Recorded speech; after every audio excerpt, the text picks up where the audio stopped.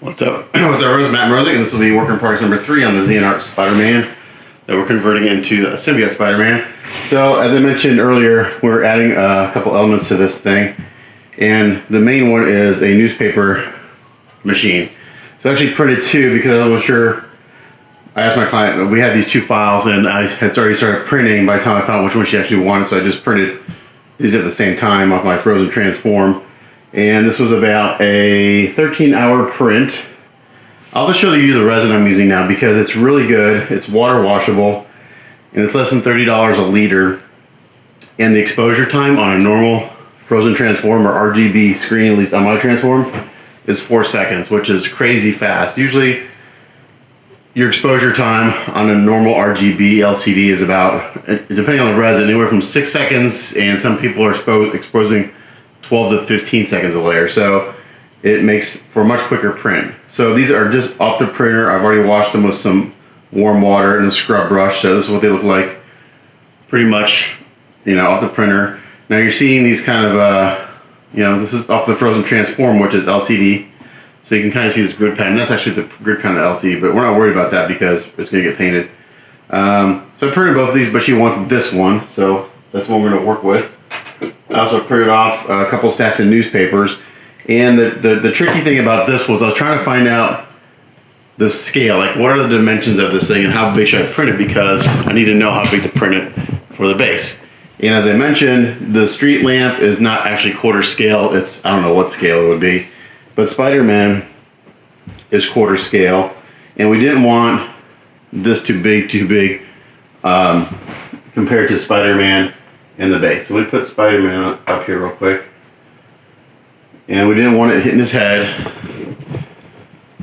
So here's Spider-Man, here's the thing, and that's like the perfect size. So this ended up being about 7 inches tall, right at 7.5 inches tall, and so that gives him plenty of clearance between his head and the newspaper dispenser. So this, he's got about 4 inches of clearance. So this actually turned out to be the perfect size.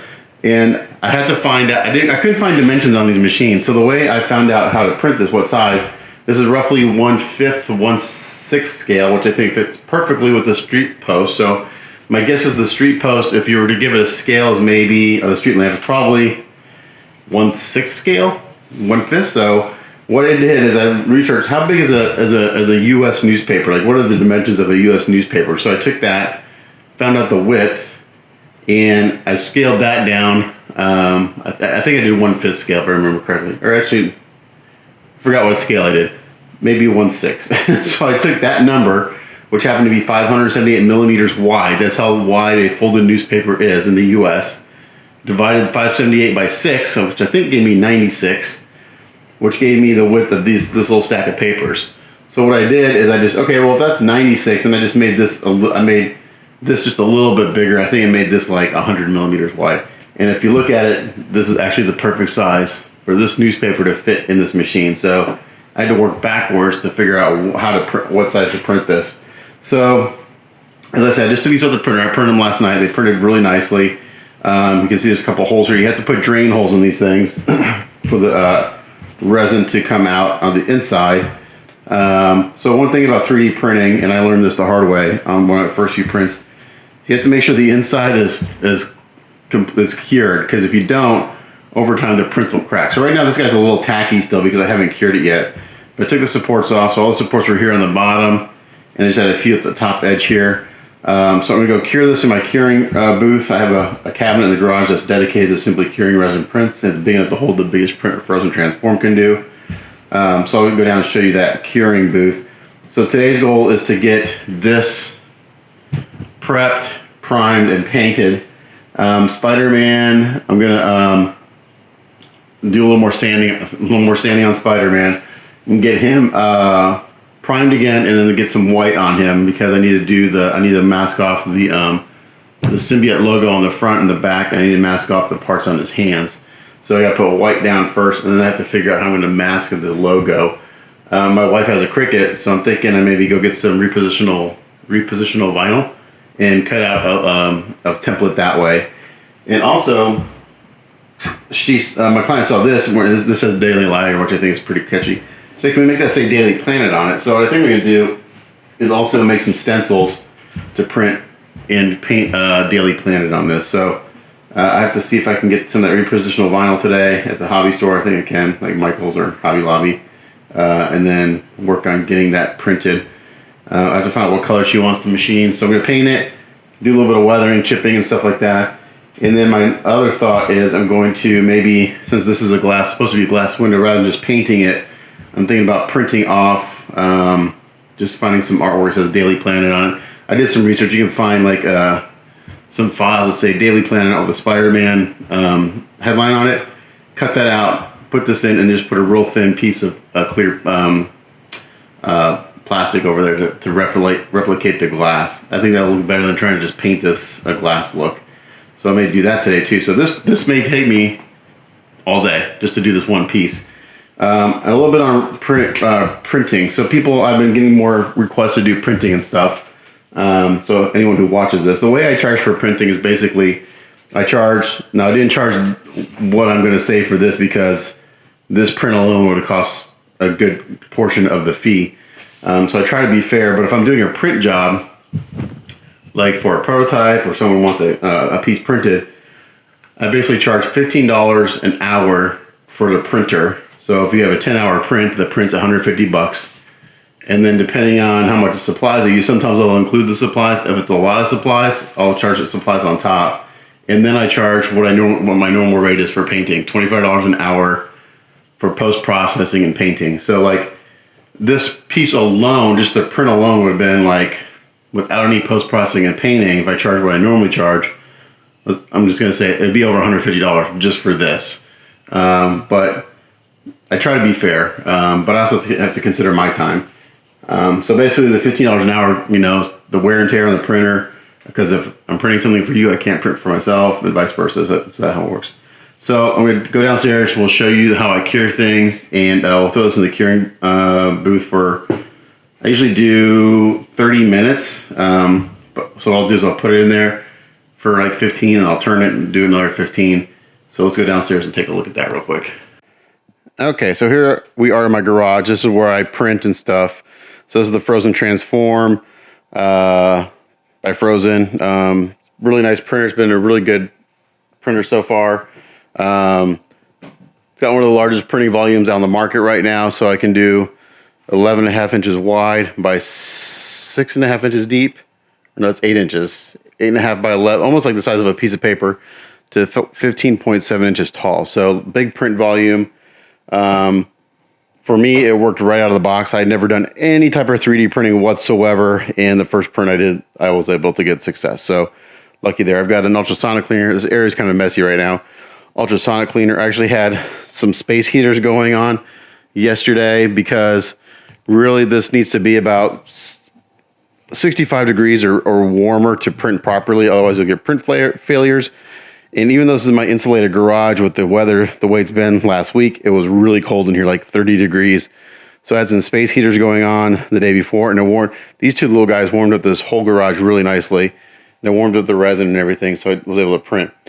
Down here is where I have my curing booth, and it's not turned on right now. We'll turn on in a second, but the light will go really wonky here in a second when I turn this on. That's weird.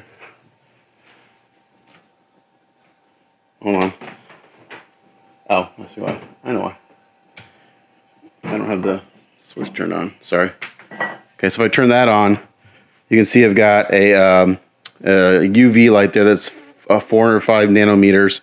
That's the wavelength you need to cure this resin. I've got a turntable in there, and a lot of times what I'll do is I'll take and put this little thing down, and then I'll put my prints on that. And I've got this whole cabinet lined in aluminum tape.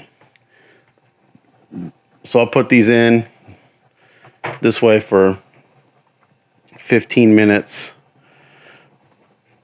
Sorry, not the best camera work as usual. So I'll put these in here for 15 minutes, and then I'll turn them on their side so they can cure the bottom for another 15 minutes. So 30 minutes of cure time, and then I can go in and start doing some prep work. I also have some individual LEDs on just wires I will stick inside to cure the inside, because if you don't cure the inside, already I can tell this is curing because it's not as tacky as soon as I put it in there. You have to cure the inside, because if you don't do that, eventually that uncured resin in there will cause your prints to crack. So you have to cure the inside.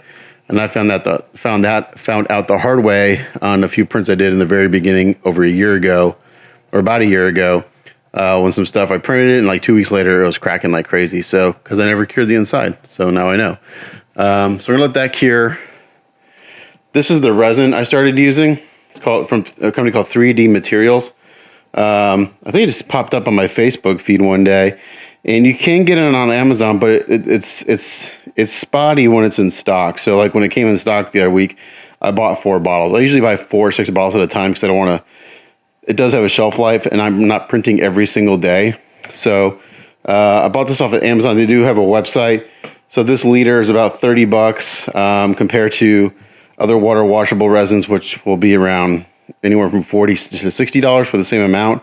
And like I said, the exposure time is really short. I did 4.5 seconds on these newspaper dispensers, but the first calibration test I did showed about a 3.5 second exposure. So I could probably go down a little bit to dial it in. But there you go. It's kind of where I print. I've got an ultrasonic cleaner, which I haven't used in quite a while.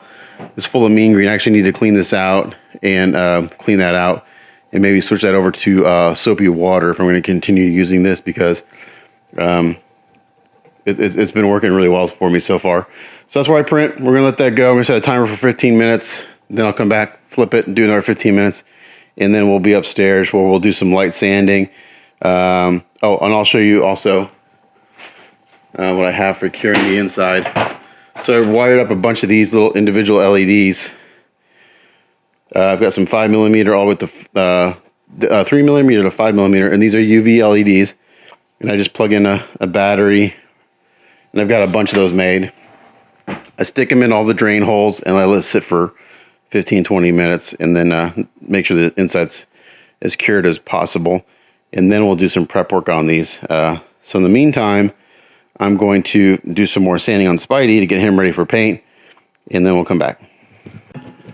Okay, so cured those prints. Now we're gonna do some prep on these. So even though this is resin, it's not FDM, you still gotta do some sanding and stuff. It's never, unless you have one of those industrial 3D printers, you know, that cost $100,000 or more, which I have looked at.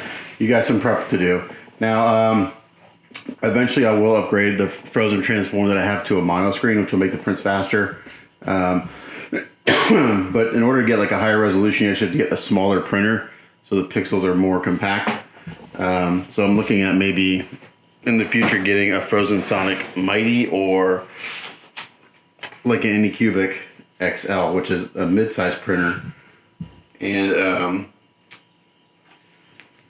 because even though the Frozen Transformer is a 4K resolution, because of the size of the screen, you don't get as much detail as you would from a small screen. So this I think the X resolution is 72 microns, where like the Mighty is 52 microns. So it's a finer resolution or higher resolution. Okay, so first thing I do is I'm just gonna go through this is some 240. You're just gonna give it a light sanding. You can hear that.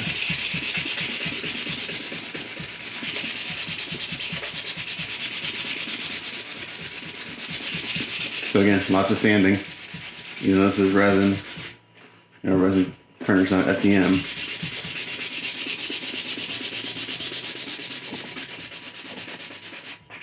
And then we're gonna hit this with a couple coats of primer. Then sand it again. And I gotta fill the drain holes. But I wanna give this a light sanding first.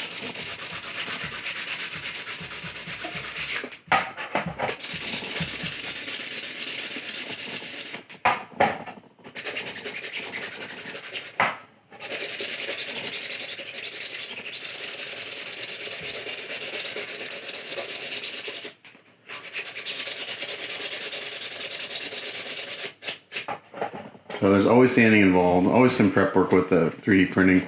Now if this was FDM, I'd have a lot more of this to do. But since this is resin, it's not as much. And the funny thing is that you would think that on these printers, like a flat surface would print better than a fine detail, but actually that's the exact opposite. Anytime you have a big flat surface, you're going to see the print lines more than if you have something with a lot of fine details, because the orientation is very important on these printers too. So depending on how you orient it will determine the amount of artifacts you have. So when you have something with a lot of fine details, you got all those little curves and everything and nooks and crannies that hide the print artifacts. So again, I'm just going to give this a light sanding just to kind of get the initial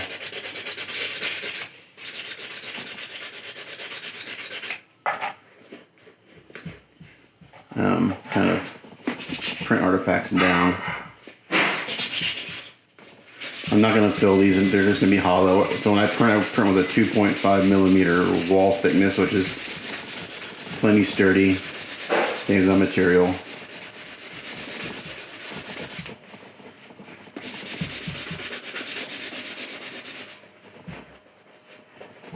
And every once in a while I get these this little layer, more prominent layer lines or something. I think because the suction forces. But again,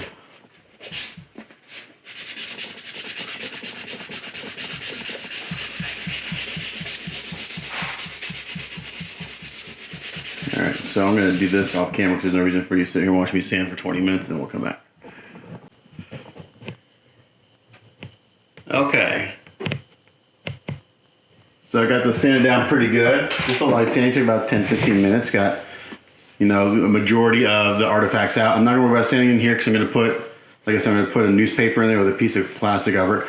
I also have to, like, I really underestimated how much time this whole thing's gonna take, because I gotta find text for this, like a decal. I gotta make decal, so I've got a lot of work to do on this one little piece, and I should have charged more than I am for this one thing, because this is going to take me actually probably more than a day.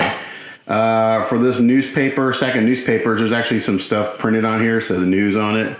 So I don't know. I don't know if I'm going to do this. So I've got some real newspapers coming. So what I'm going to do now is I'm going to fill in these drain holes, and for that I'm just going to use some Bondo. I got to fill those in, and I put 2 on the top too. So theoretically, I really didn't need these 2, but when I do a large volume like this, open volume, I like to put them on the top and bottom, just because as this prints, then the resin will drain out of these holes as well. So it just gives you more drainage as it prints. It just needs a little more post processing, but I think it's a good step to take. So again, we're taking some Bondo out. And this will probably take 2 applications, one for the initial filling and then one to kind of smooth everything out.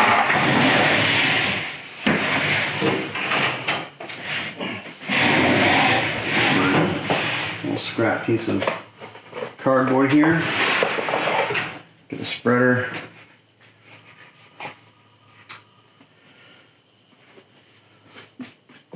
Make sure this is pretty much dust free.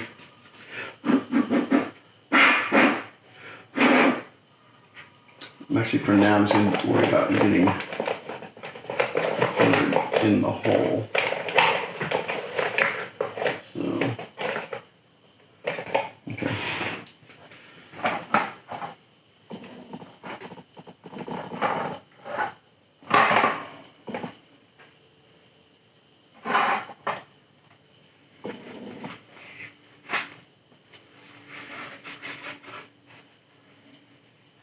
So I think I'll work on the bottom holes first and then work on the top. Just do them separately. No, I'm not fighting. And that's touching the other side, so.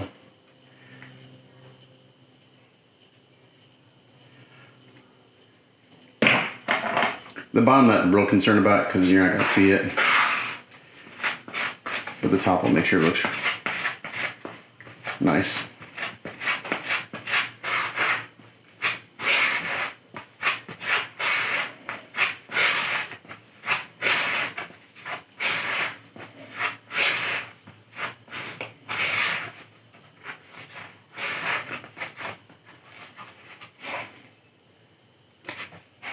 Just mix this up so it's all a consistent color.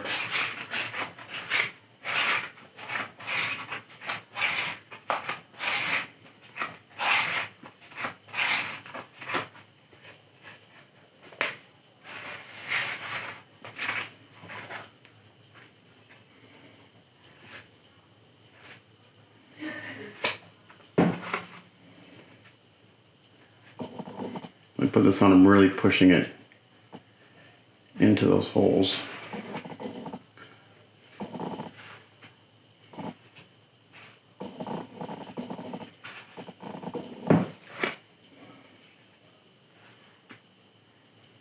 This Bondo's got some junk in it.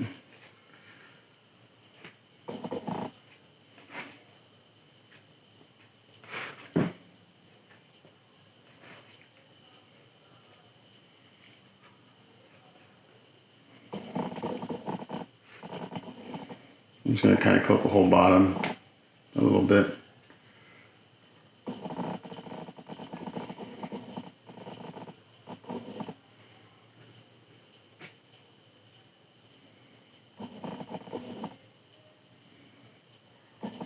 So you got a track there, that means there's dirt in the bond, like a chunk of something in the Bondo.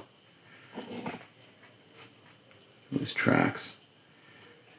It's not fun to deal with.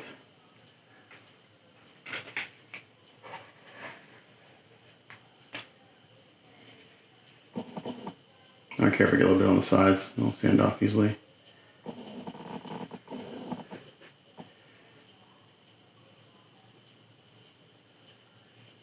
Okay. So we're going to let this cure up, and then we'll sand that down. Might as well, since I got some mixed up here, kind of do the initial filling. I was going to do these separately, but I can do the initial kind of packing the holes on the top. And I'll smooth them out, because what happens as this cures, the Bondo will kind of sag a little bit in those holes. So usually takes 2 applications. One to kind of get the initial filling done, and then another one to kind of smooth out the little indentation that will probably happen as this kind of dries and sinks into those holes.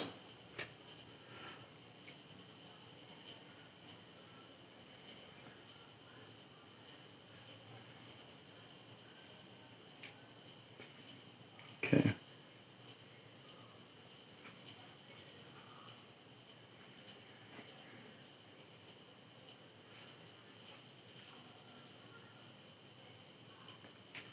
Alrighty, so that's starting to kick off. So we're gonna let this dry, and then I'll sand it smooth, and we'll come back and take a look at it. So you can see kind of exposure's way off. You can kind of see in there. So we're gonna let this dry, and then we'll come back. Okay, so my body field is cured for a little bit. So the first thing I'm gonna do is I'm gonna go in there with some 80 grit, and this isn't quite hard, but the 80 grit will just kind of do an initial knocking down of the filler, which means less sanding with a higher grit. And this may only take 1 application if I got enough on here. Let's see.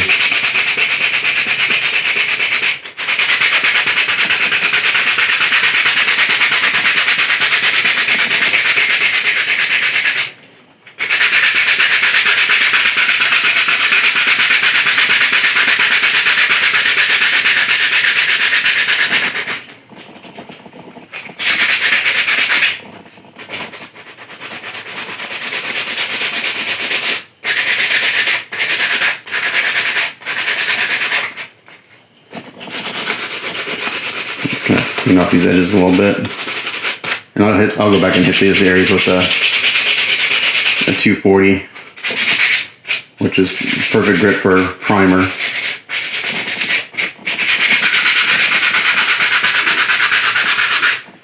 And I also have this sanding block here. What's on here right now? This is 240. That's 180.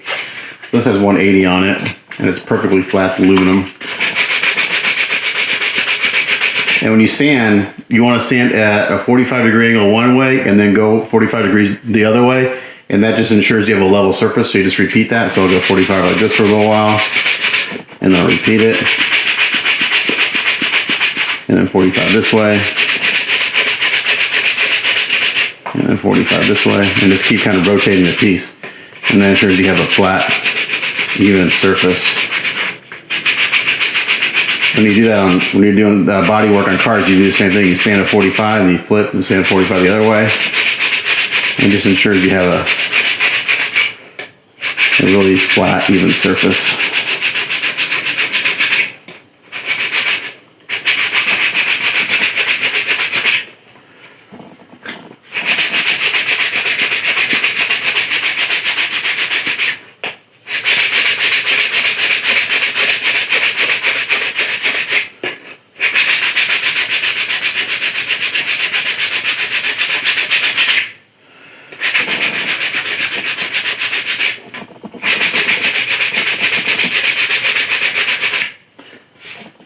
It's looking pretty good.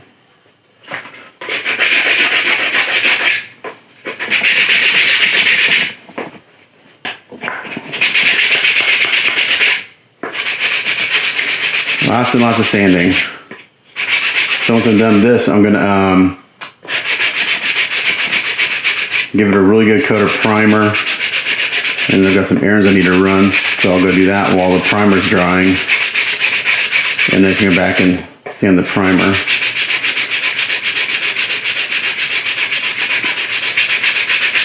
Now for primer on this, I'll probably use my automotive lacquer primer. So it's just automotive grade primer that you mix with lacquer thinner, and it's got a nice high filling capacity, which is perfect for smoothing out these kind of print lines and stuff.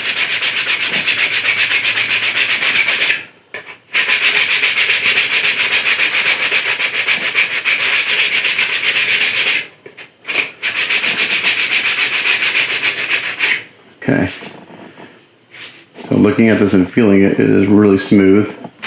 So I'm going to do the top now. Maybe I can get away with just having to do this once. I'm going to start with 80 grit to get the initial stuff down. If I had some 40 grit, I'd use that. That cuts really fast.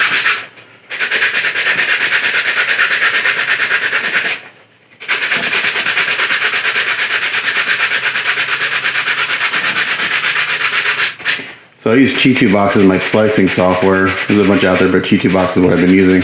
And when you do a hole, you can actually save the hole and print the hole, but I've tried that a few times and it's actually more work than doing this because you got the support for the hole and you gotta take that off, sand it, and it never fits quite exactly right. So I just found it easier to fill drain holes with filler like this.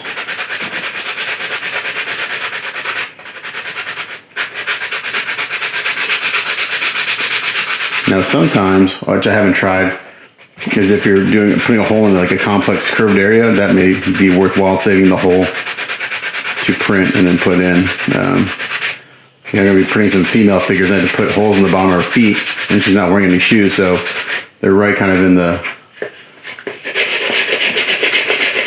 curved area of her feet. So they love to be filled and taken care of.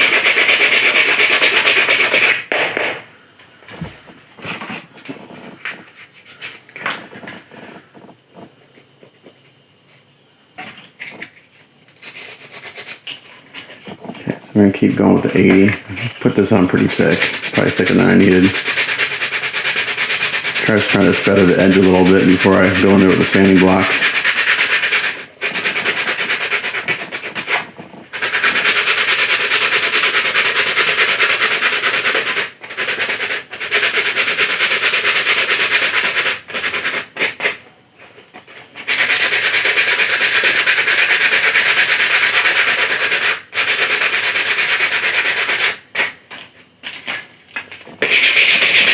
And I'm going here the 80 grit. Start sanding this smooth.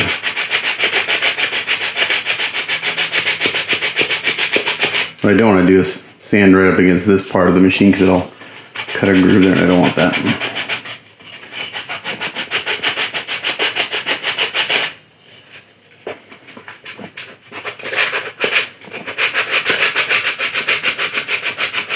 So So when you're filling these holes, what you don't want to do is sand until you see the shape of a hole. If you can see the hole, like the shape of it, you're going to see that after all your priming and everything. So it's really important to make sure that you aren't able to see the actual shape of the hole.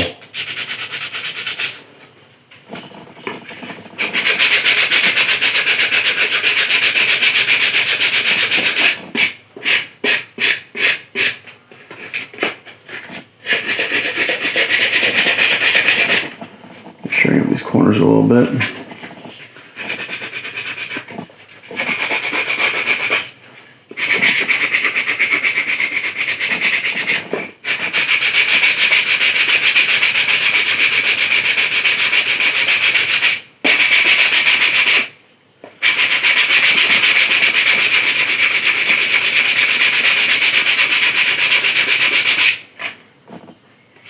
Yeah, the bottom looks really good. This edge needs a little work.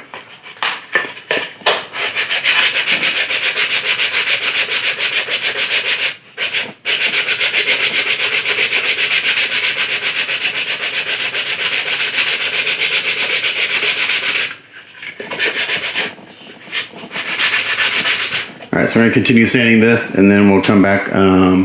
I'll probably go and throw a primer on too and you'll see it in the primer. Okay, so I'm going to show you the primer I'm going to use on this. This is an automotive grade lacquer primer.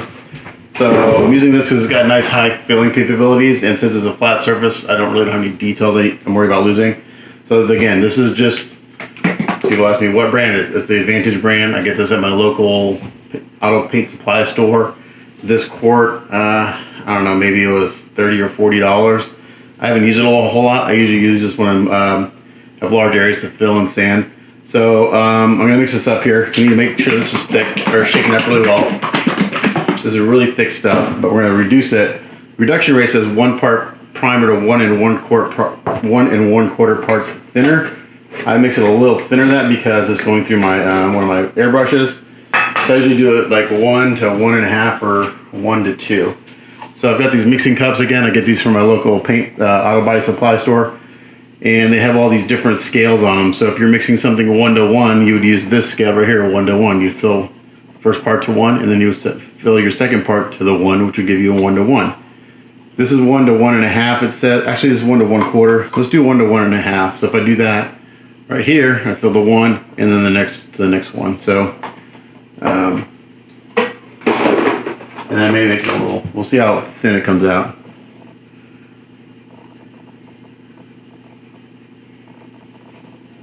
Okay, so a little too much there.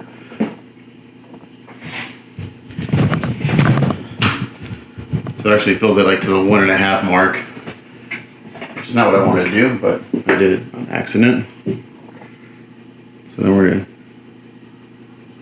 sorry, my hand's in the way.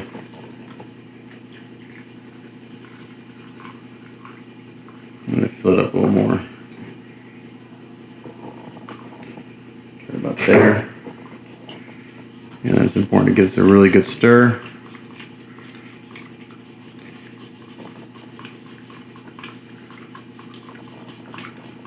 So the good thing about this stuff is that it's got some high filling capabilities. Now I've over thinned this, so it won't fill as well as if I mixed it to the 1 1/4 as recommended. But I need to go through my airbrush, and this dries quick. So I'm going to put on probably 2 or 3 coats, wet coats, and you got to let it dry with about 10 to 15 minutes between each coat, and then after about 45 minutes you can sand it.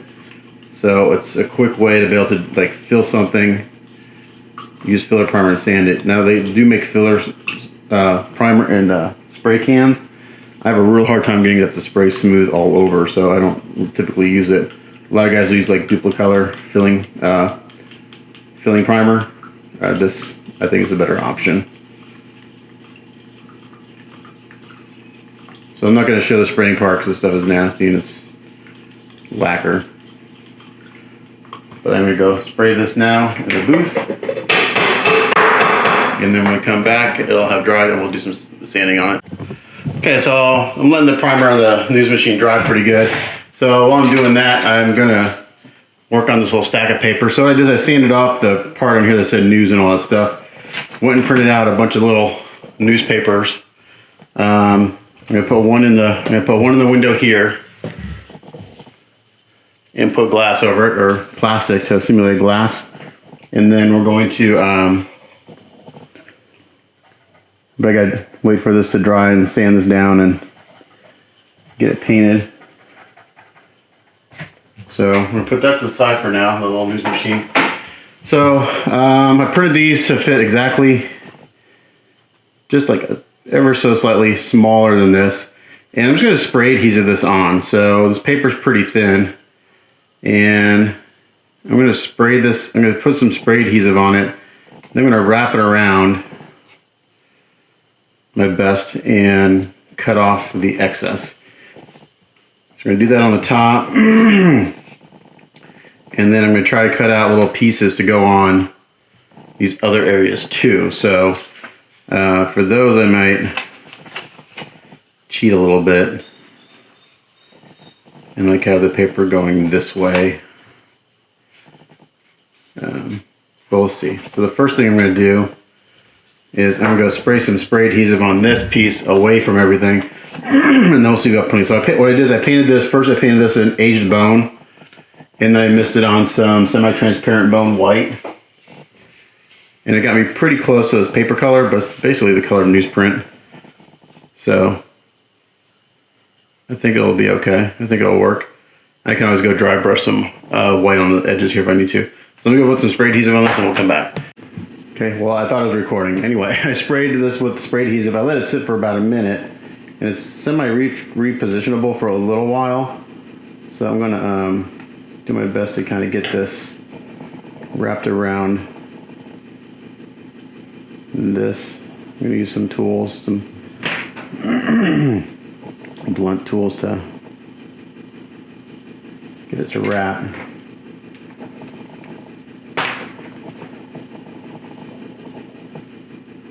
I'm going to cut it right about there.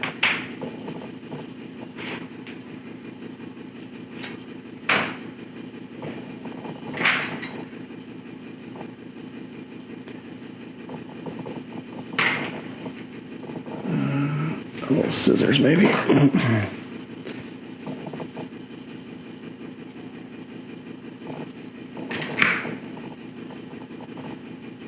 The goal is just to get this as neat as possible.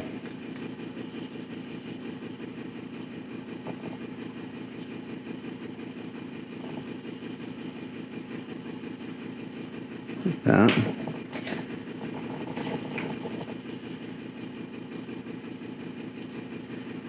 I'm just using a blunt tool. We're gonna push it down in there and trim it.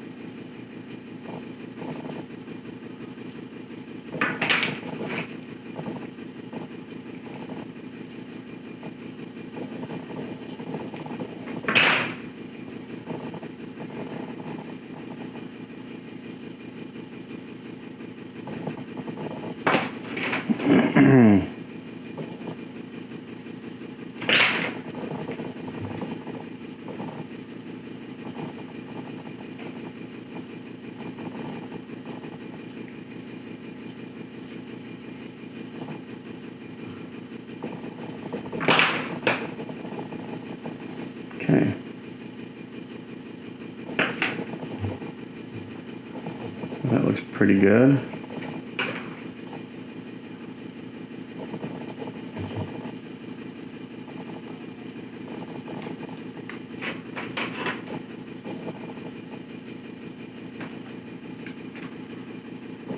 A little bit that I can probably make a little bit better. Let's see.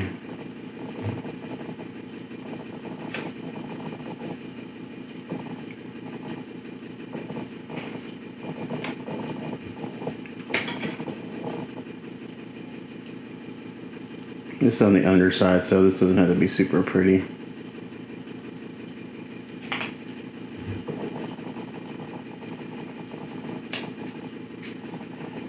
I'm gonna do the same thing here.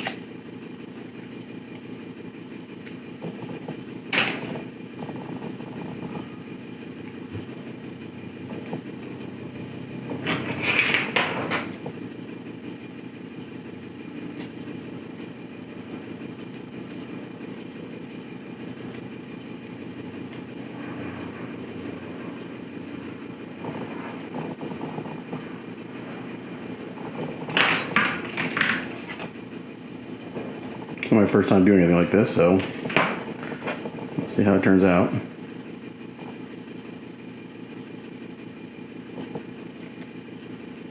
Okay.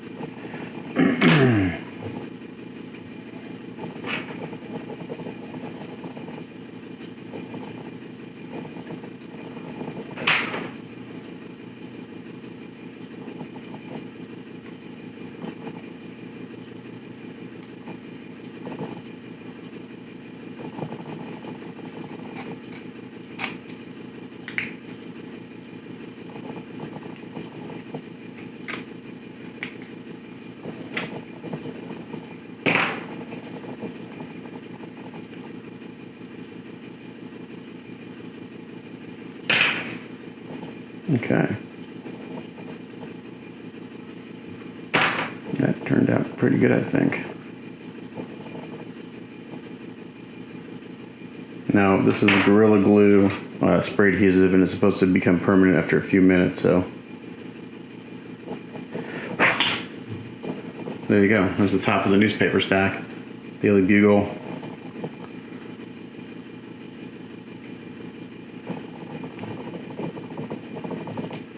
Let's see if that sticks. Hopefully it does. So I'm going to work on just kind of piecing together some other newspapers around this, and then we'll take a look at when it's done. Okay, well, it took quite a while, but I got a little stack of papers wrapped in these prints. Now, it's not pretty on the bottom side, but that's okay because you don't see it. But what's important is that when you look at it from the top, it looks pretty good. So now what I'm going to do is I'm just going to take some, again, I've never done this before, so now I'm going to just take some paint, some of the semi-transparent white thing, and just kind of dabble on the edges here to kind of help blend it in a little bit. But I think when it's on the base, it's going to look pretty good. It's a nice little touch. So I'm going to do that, and then I'm going to sand the vending machine and start painting that. Okay, so I'm working on a template for the glass of the newspaper machine. Here it is, base coated in blue and flat coated. It's dry for a little while. So I took my calipers and I measured the inside of the window here. Initially I was going to put it all the way flat, but I'm going to bring it to the inside edge of here so I can put a newspaper in there and I'll give it some three-dimensional look to it. I'll paint the back of this black. So I used my calipers, kind of laid everything out, and I made my measurements, wrote them down here, drew my template here. Now I'm going to cut this out very carefully with an X-Acto blade, and then I'm going to put this template on top of the plastic and cut the plastic out. Okay, so I'm test fitting this template in here. It's a little off, so that's why we do it on paper first. So I need to make this a hair wider for this notch and this top part a little bit shorter. And I'm just going to guesstimate that, and I'll have to extend the bottom a little bit. So what I'm going to do is I'm going to bring this over here.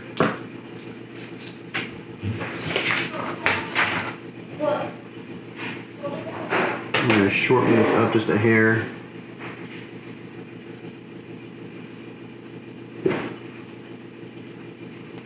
A little bit at a time.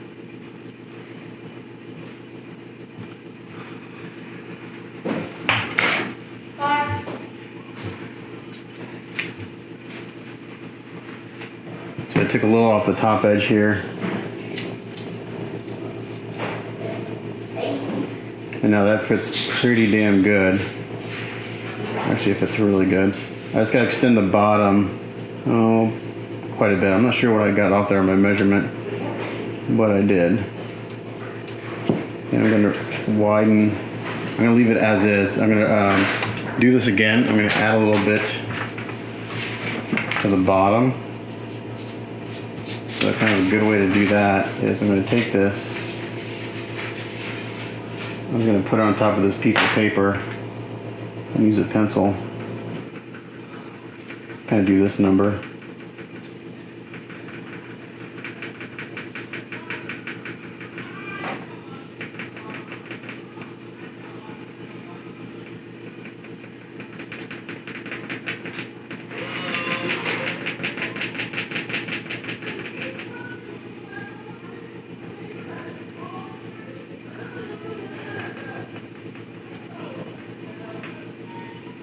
Like so.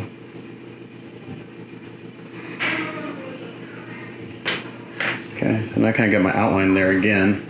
So I'm going to make the bottom a little bit longer. We're just going to trim it slowly to get the right size.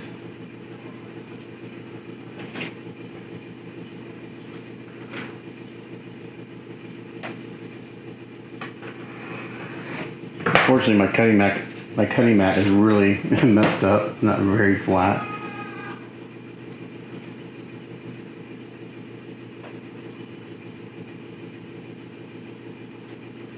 It's full of glue and stuff.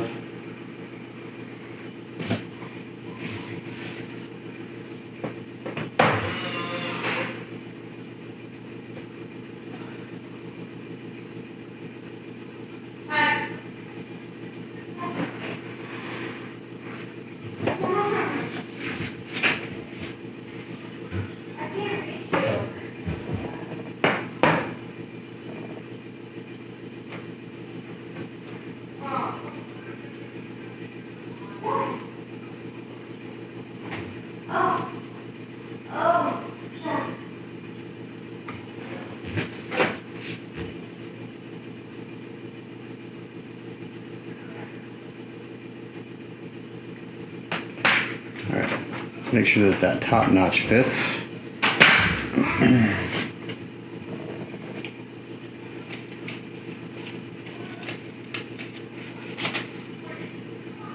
The width is good. I'll make this notch a little bit wider.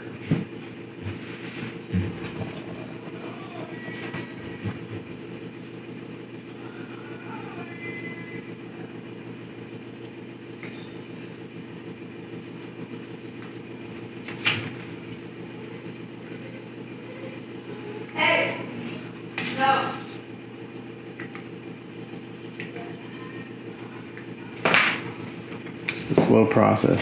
Cut a little bit, fit a little bit, cut, fit, cut, fit. And I'm going to take a little bit off the other side. Just a sliver.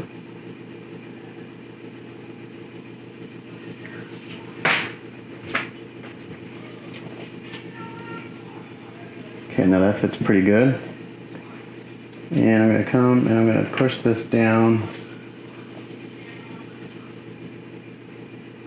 Just a little tick mark.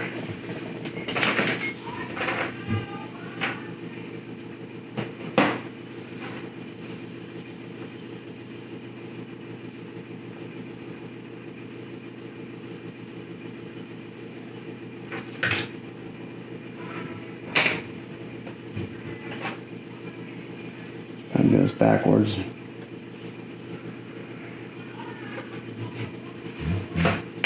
Alright, let's see how that fits.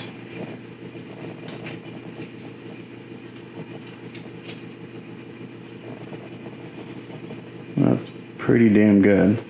So now cut this out in plastic and then we'll have our window done. So I went to the hobby store today and I bought some plastic.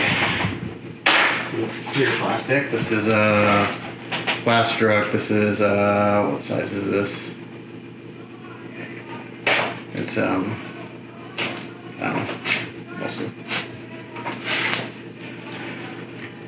It's 0.01 millimeters thick, which I think is going to be the right thickness for this. Here it is. You come with the protective sheet on it.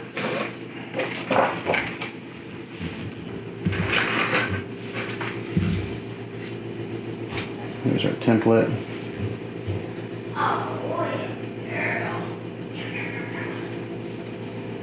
And we're gonna lightly tape it on here.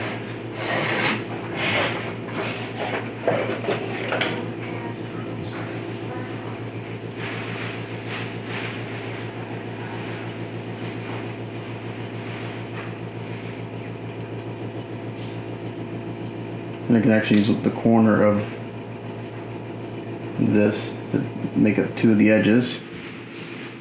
I'll save a little bit on plastic because stuff isn't cheap. It's like $3 a sheet.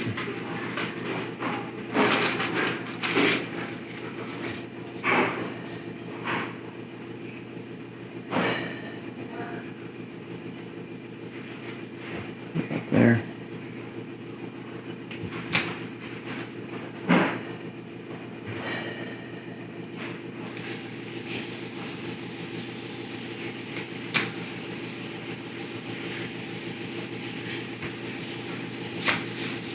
Check my edges, see if they line up.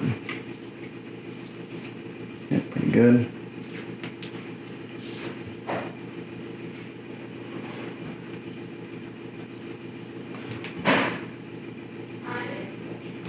Well, the first thing we cut out is this notch.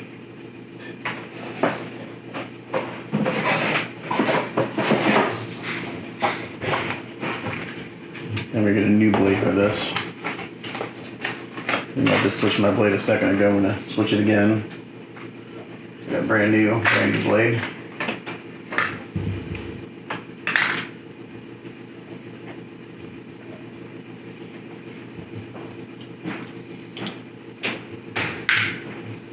And this is why I have like 6 of these X-Acto blades handles. I put it down and then I can't find it like 10 seconds later. So I just have a crap load because I can never find them. Okay. So I'm using my straight edge here.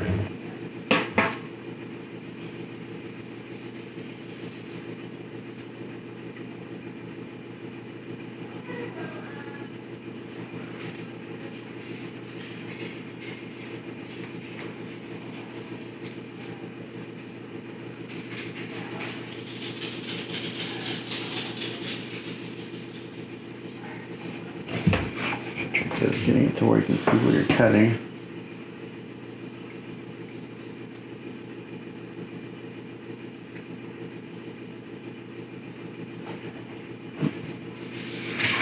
I think that little edge I can probably just freehand it.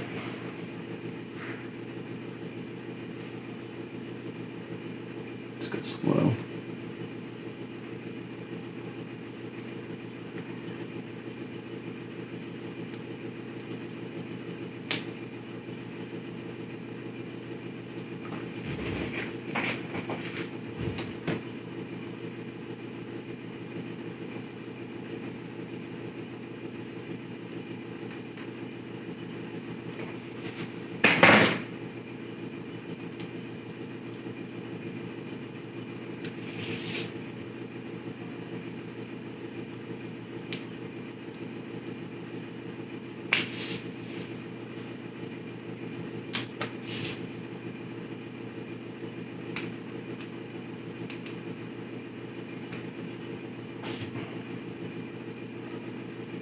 Hopefully this works the first time.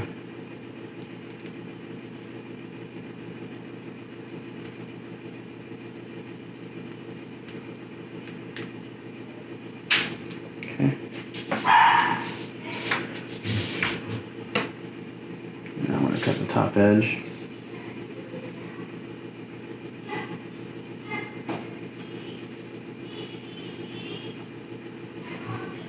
I'm going to do that in a few passes, I think. This plastic's a little thicker than I thought.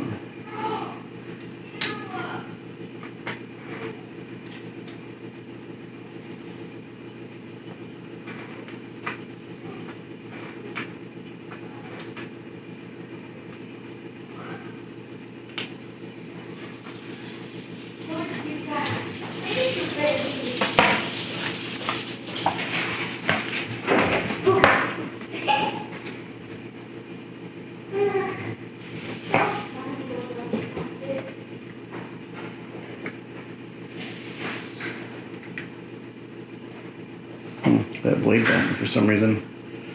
Now I gotta switch it again.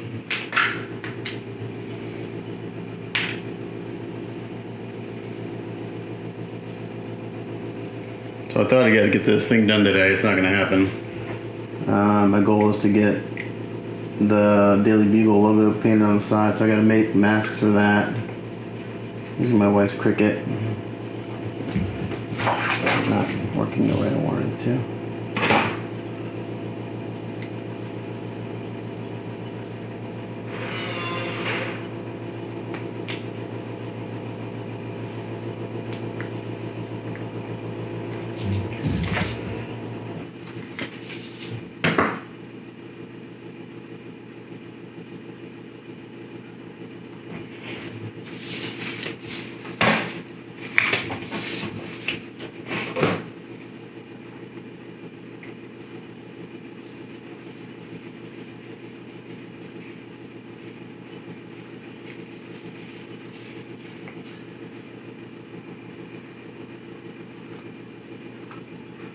Now my template's loose, so I can't, template is loose, I cut the tape, so now I can't move my ruler until I cut it out. Okay. Let's see how close we are. I'm gonna sand these edges just a little bit so they don't scratch my paint. Maybe there's a little, what we got here?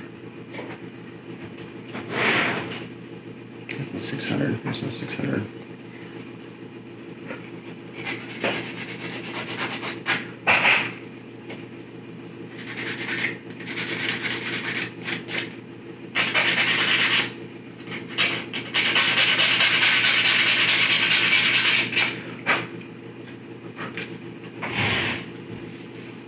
There's dust on here, but that's okay. I'll wash it off and stuff before I glue it on.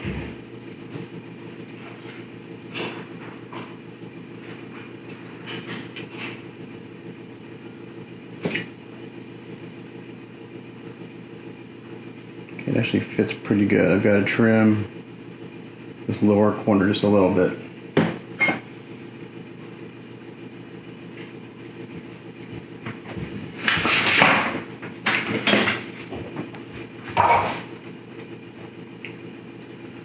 Make sure I do it right.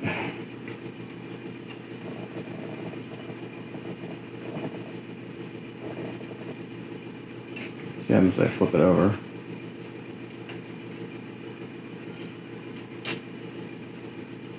Nope, that flips over the other way.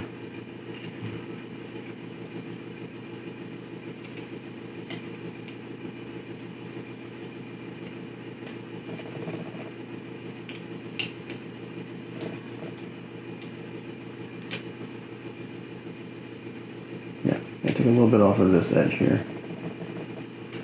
Not a lot. I can see where I want to skew a little bit.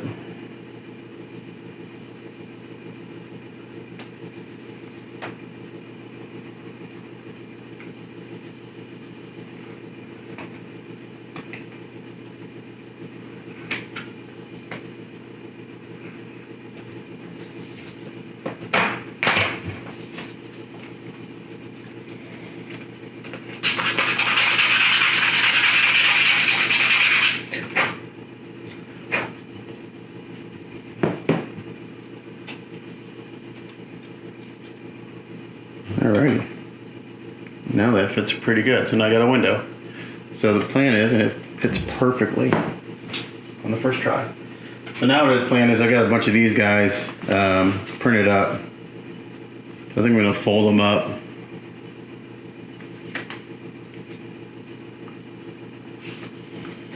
Yeah, I'm gonna put one or two in here. And then it'll look like there's some papers in there at least.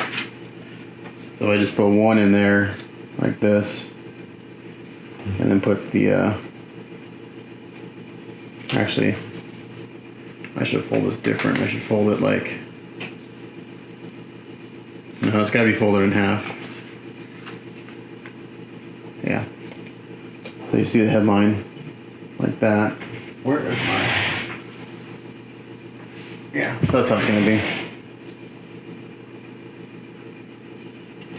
Let me put the glass on.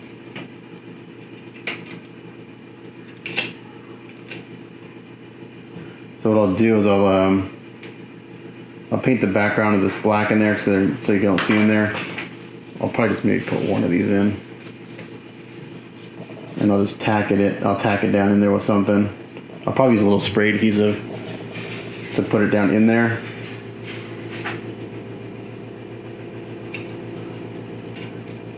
And then with the glass on, it'll look like there's a newspaper in there. So that's pretty cool. So I'm gonna I gotta let this blue paint dry a little bit longer, and then I'm gonna make masks for the Daily Planet logos on the sides and on the front here. And I gotta try to find some sort of, there's usually a graphic up here to tell you where to put the coins, but the window's made. I got a bunch of those little newspapers printed out if I need them. So so the next step is to make the masks for these, which again, I've never done before, so this is all new to me. So it's gonna look cool. So when we come back, we'll have masks made. Okay, continue on. So yesterday I worked on the newspaper dispenser, made that little stack of newspapers. That took me all damn day. So I spent last night in Photoshop creating some masks for the Daily Planet logo. So I'm gonna, I have to learn how to use my wife's Cricut today, so I can cut those out and get those painted. Also last night what I did is I went over Spider-Man one more time, and just, it's as smooth as it's gonna get. I could probably spend a lot more time on this, like really getting in there, but I think he looks good. I was fighting two issues though. So every once in a while, this has never happened to me on a piece, but you get a piece and it's hollow casted. This guy's hollow casted, he's not solid.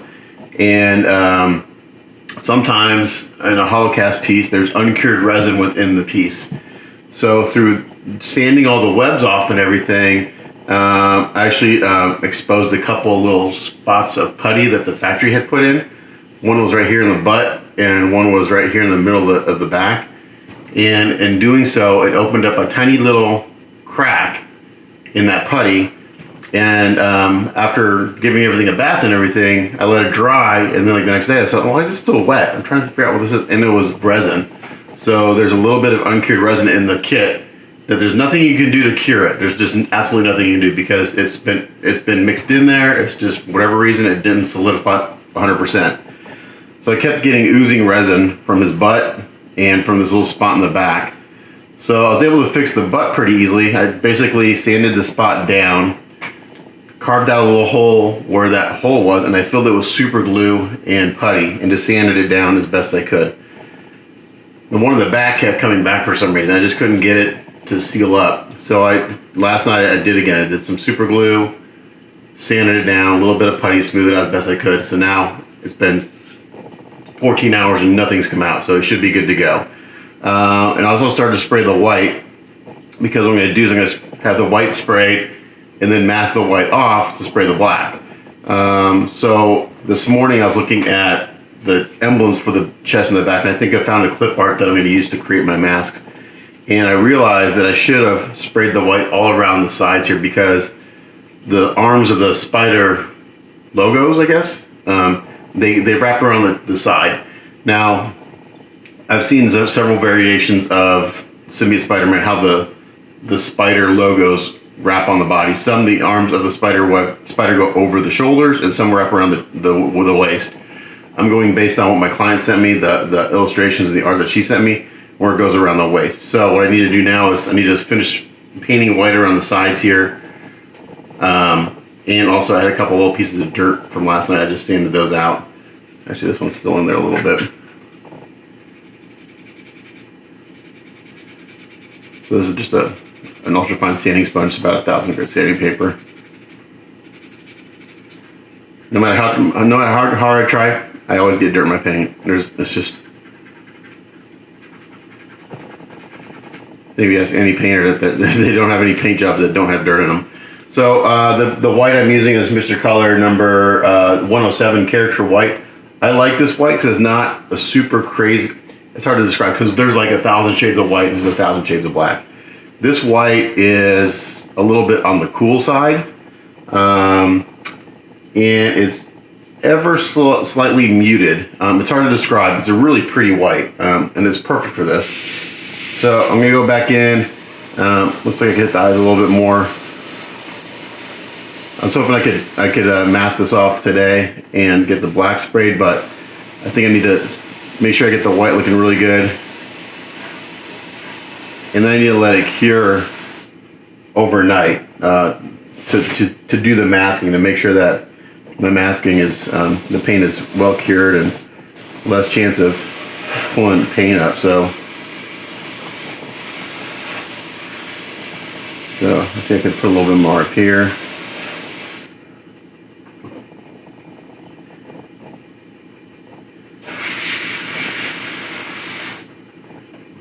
I think I got it covered pretty well on the chest.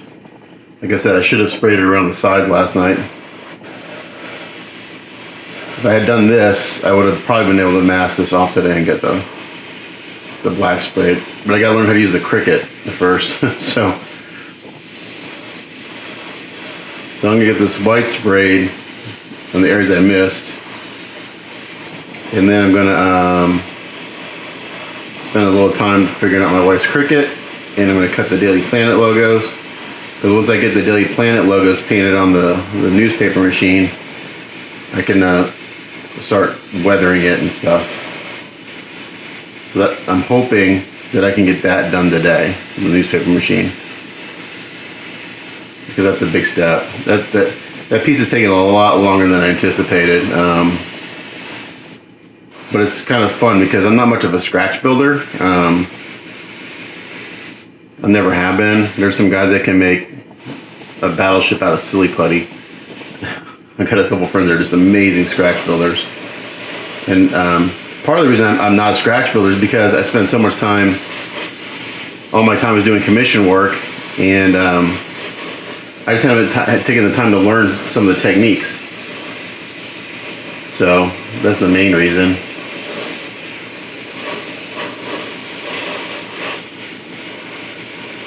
Okay, so we're just going to put this on.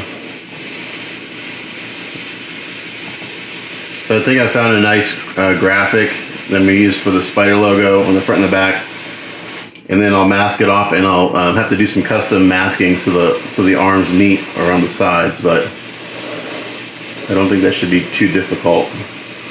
I'm doing a lot of complex curves certainly on the rib cage and the side of the body, so I think it'll just take a little bit of time. That's the trick. All this stuff takes time. It's time consuming.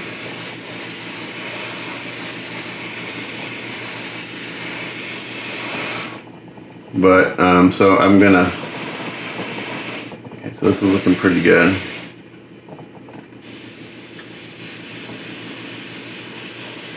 I've got this paint mixed a little thinner than normal.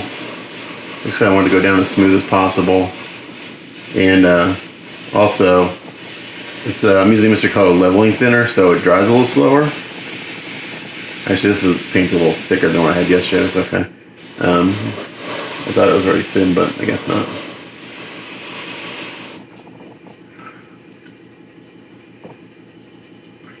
You can see I already got the patches on the hand sprayed. I did that on the other hands too.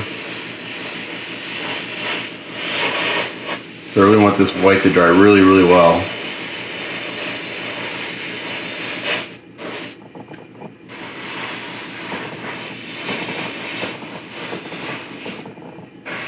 Okay.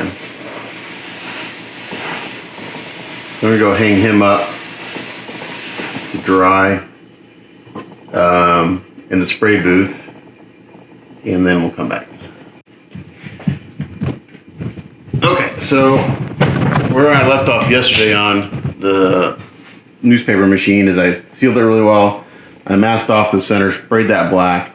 So now I've got my Daily Planet logos that I made in Photoshop. So I chose a simplified one, which is, it says Daily Daily Bugle. Sorry, Daily Bugle with a bugle in the middle.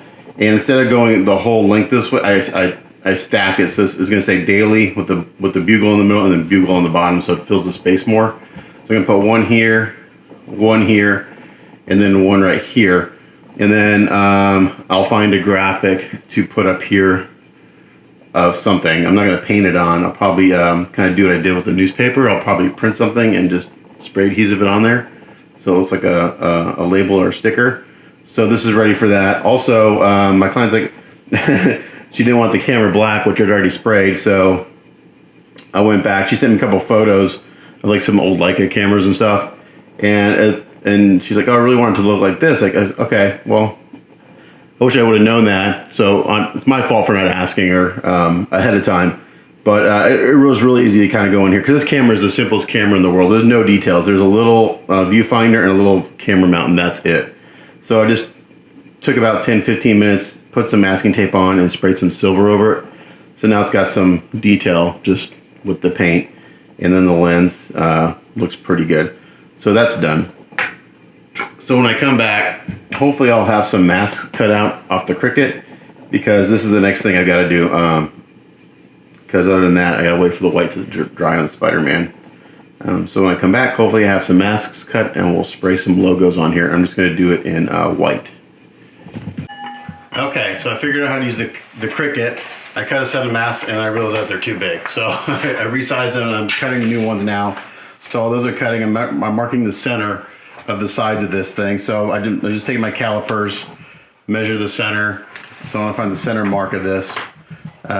So for this, we're going to bring this out, and it's right at 5 3.33 inches tall. So I gotta lay this out so I know where to put the mask. So 5.33 divided by 2 is 2.665. So we're just going to kind of round it to 2.67.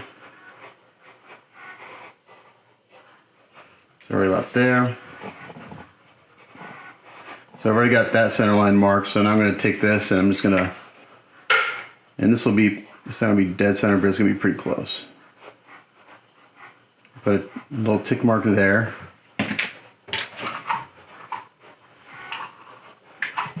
And then I'm just going to use a couple little pieces of tape here to kind of mark.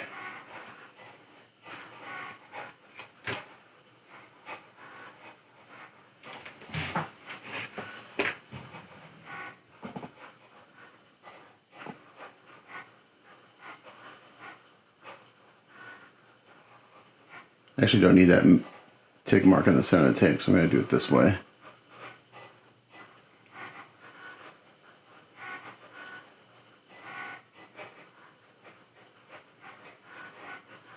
There.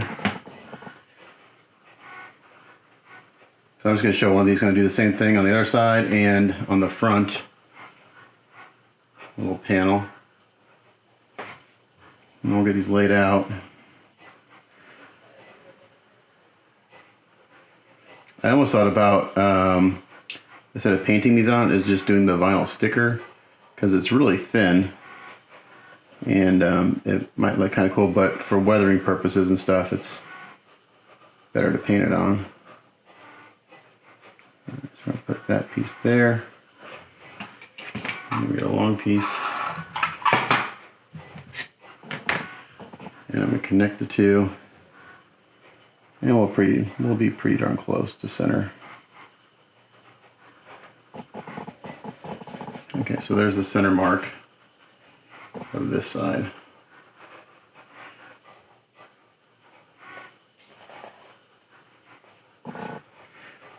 So now when I get the mask, I'll be able to center it on that.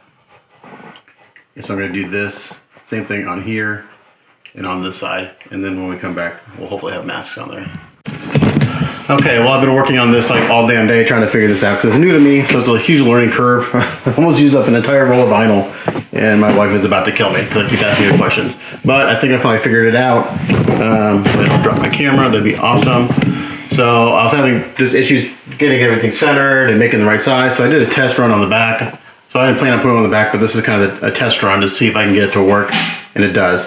When I do one here, I got rid of all my tape marks. So what I did is I went ahead and made a mask the size of the whole side and did it that way, because I was trying to get it centered and it just was a pain in the ass. So let's cut it out.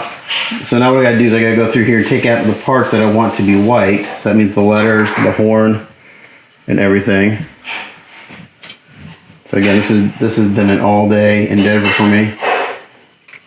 So it's just, again, I've never done this before, so it's a learning curve, learning all the different steps and everything. Oops, not that. So apparently in the world of cricketing, this is called weeding. Getting rid of all the stuff you don't want. I've never heard that term before. So I'm weeding my label.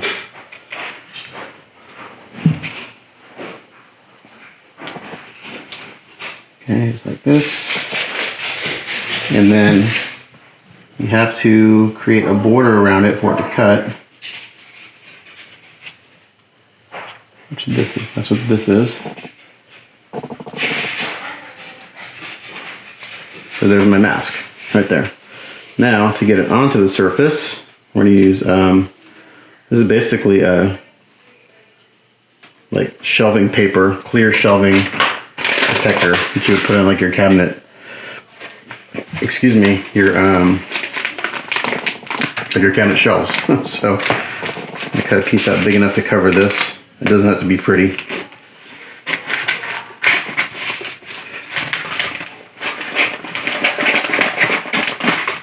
That. Get rid of this. And then I got a couple tools here I use to kind of burnish it to pick this up to make sure we get all the elements onto this. So take this. I've got this kind of frosted clear stuff. It's just clear enough to see what we're doing. I'm going to put it down, start in the center, and kind of work your way out. You want to try to get rid of the wrinkles if you can. Okay. So now what I do is I take like the back end of a brush or something like this. I'm going to burnish this on, and you can see when you have good contact because the color will change. It'll go from like a frosted black to a dark black. And that means you're making good contact with the mask. So I'm just going to go in here like this and burnish it really well. Make sure we're going to pick everything up. And there's some pretty fine details in this. So I think on the front logo, I'm not sure I mentioned, on the front, the logo I'm going to put on the front, I think I have to omit the horn because I think it's physically too small for the cutter to cut out these details. So I think I just put the words Daily Bugle on the front. I mean, you're going to notice the Daily Bugle because it's going to be on the front, back, and side. It's going to be everywhere. So maybe a little overkill, but you know what? After all the time I spent on this, I'm putting a shitload of Daily Bugle labels on this damn thing.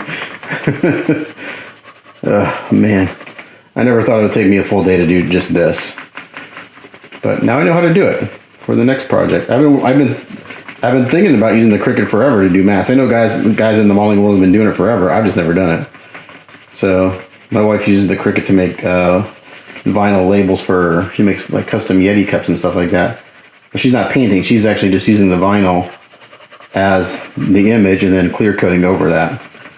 So she's not like creating a painting mask. Alrighty, so that looks pretty good. The few things I want to make sure I get burnished are like this little triangle on the A, this little detail on the horn, these little things in the middle of the B and the D. Make sure those get picked up. Okay. So now we're going to bring out just something like this. Now,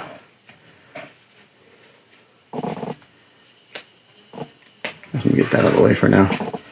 I start pulling this up, and I'm going to have my X-Acto blade here. And just in case something starts to pull up that I don't want to pull up, I can kind of push it back down. For my practice run, it worked out really well. So I'm just going to peel real slow.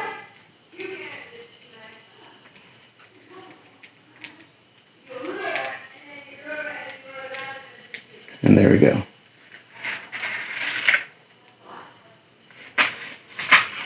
There's my mask. That's trash, throw it away, just to the side. Let's put this over here. Let's get the machine. Okay, so the orientation from what I see is that it reads going this way. So that's what I'm going to do. Now, I should be able to put this here in the corner, and it should be pretty damn centered. That was my thinking, at least. And if it's not, I'm going to make it the same on both sides, so at least they're mirrored images. Okay. So now I'm going to do the same thing here. I'm going to take my little tool. I'm just going to kind of burnish this down. Make sure I got good contact. Yeah, it's off centered a little bit. I don't know. It's fine. There's no turning back now. I got to put it on the way it is. It's closer to the front edge, so that's fine.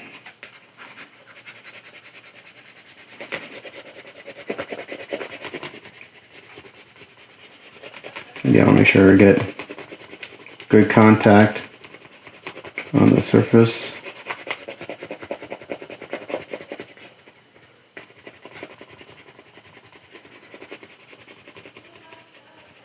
Okay, so now, should be able to pull this up. And you want to go at an oblique angle like this. You don't want to go straight up, because if you go up like this, you'll pull the elements off. So you want to come like this. Just go slow in case you see something starting to pull up. You can knock it down before you go too far.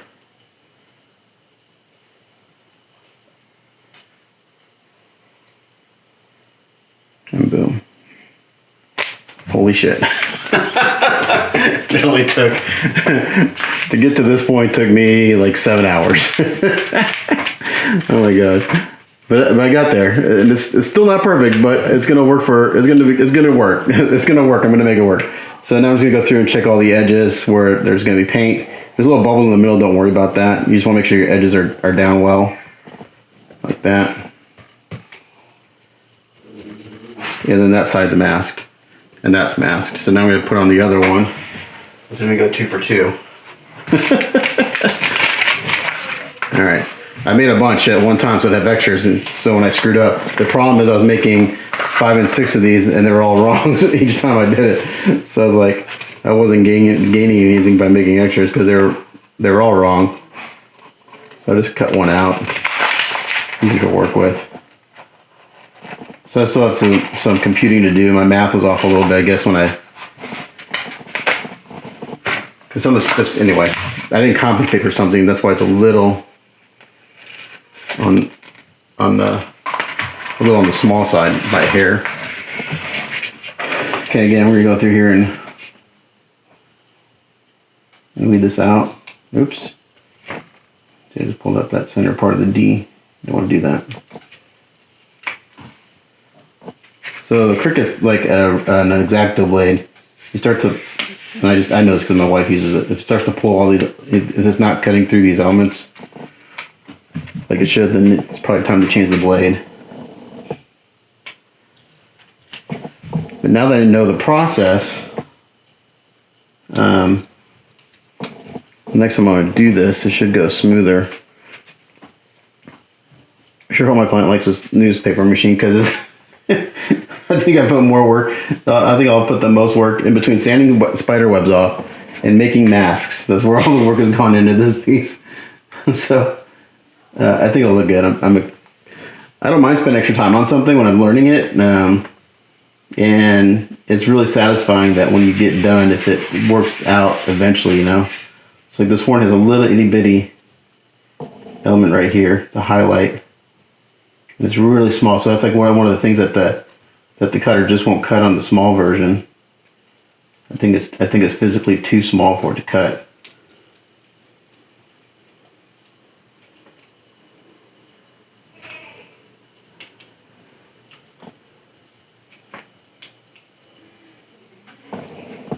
There's a real thin piece right here too that it wants to pull up when I pull the. There it came undone.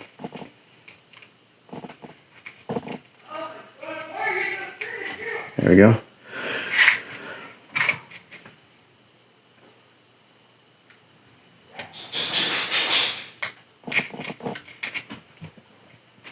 So now my new goal today is to get the white sprayed on these guys and get it sealed again, so I can So I want to take this vinyl. The vinyl is removable vinyl, but it's still pretty. It's still got a lot of tack to it. So my paint shouldn't pull up. My prep is really good. I got a good coat of primer on there, good coat of paint and sealer, and it's had, you know, it's cured for 24 hours. So it should be good to go as far as strength.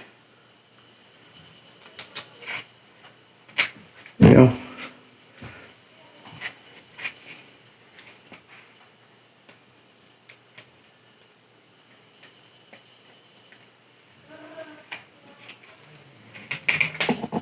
Take this off.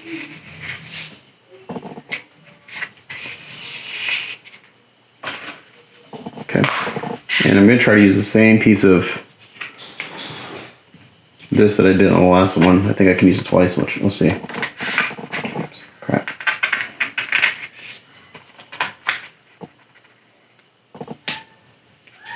I'm going to take my little back into my tool and burnish everything.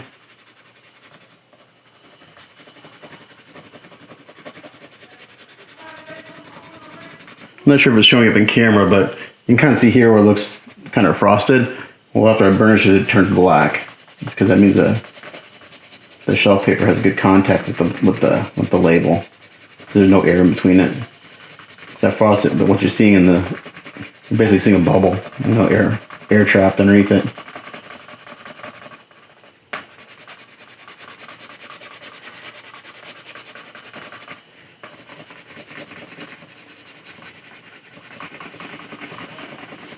So huge thank you to my wife for indulging my 100 questions. I ask a lot of questions when I'm trying to learn something. It kind of annoys her when I ask a lot of questions because that's what I do. I want to know why you do something. She tells me to do something, and I want to know why, and she gets mad at me. But that's just how I am. I am like, I want to know the process. I want to know the reasoning behind the process.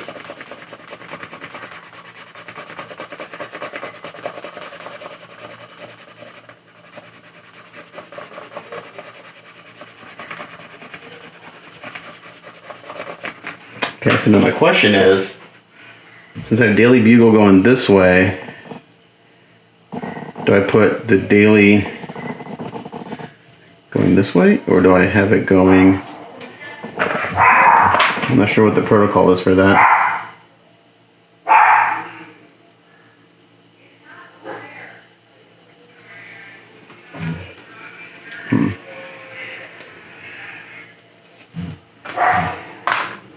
My thought is to have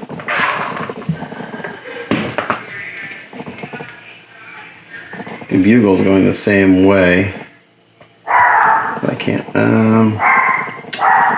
me see if I can. I'm gonna come back. Okay, I just wanted to look at a reference photo. So from the reference photo I have, this would go this way. Oh, I can't put that on yet. I gotta take this off first. Again, I'm going to start to peel this up.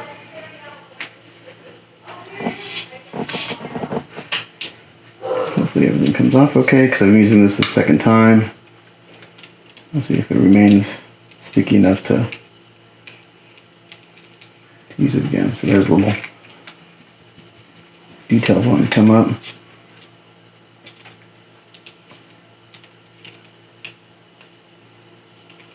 There we go.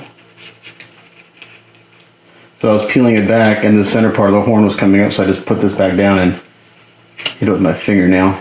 And then right here, this little doohickey's wanting to come up. Let's see if it'll stay down now.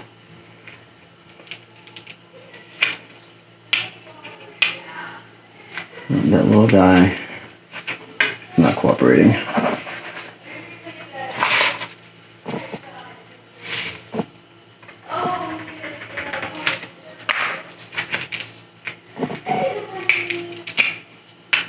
If it comes up, I may just freehand it. No, it'll stay down that time. Okay. I'm going to do the same thing just so they're kind of off-centered the same way. I'm going to come and line it up on this front and top edge. And they'll be pretty damn close. Okay, there we go.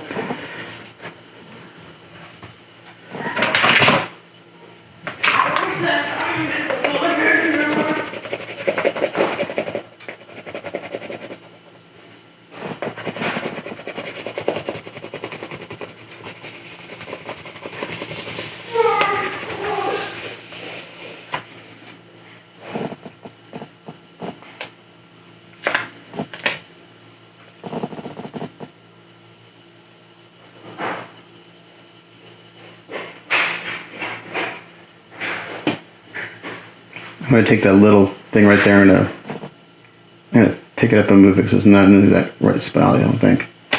Okay. Put this to the side. So this little doohickey here that I was wanting to pull up on the horn.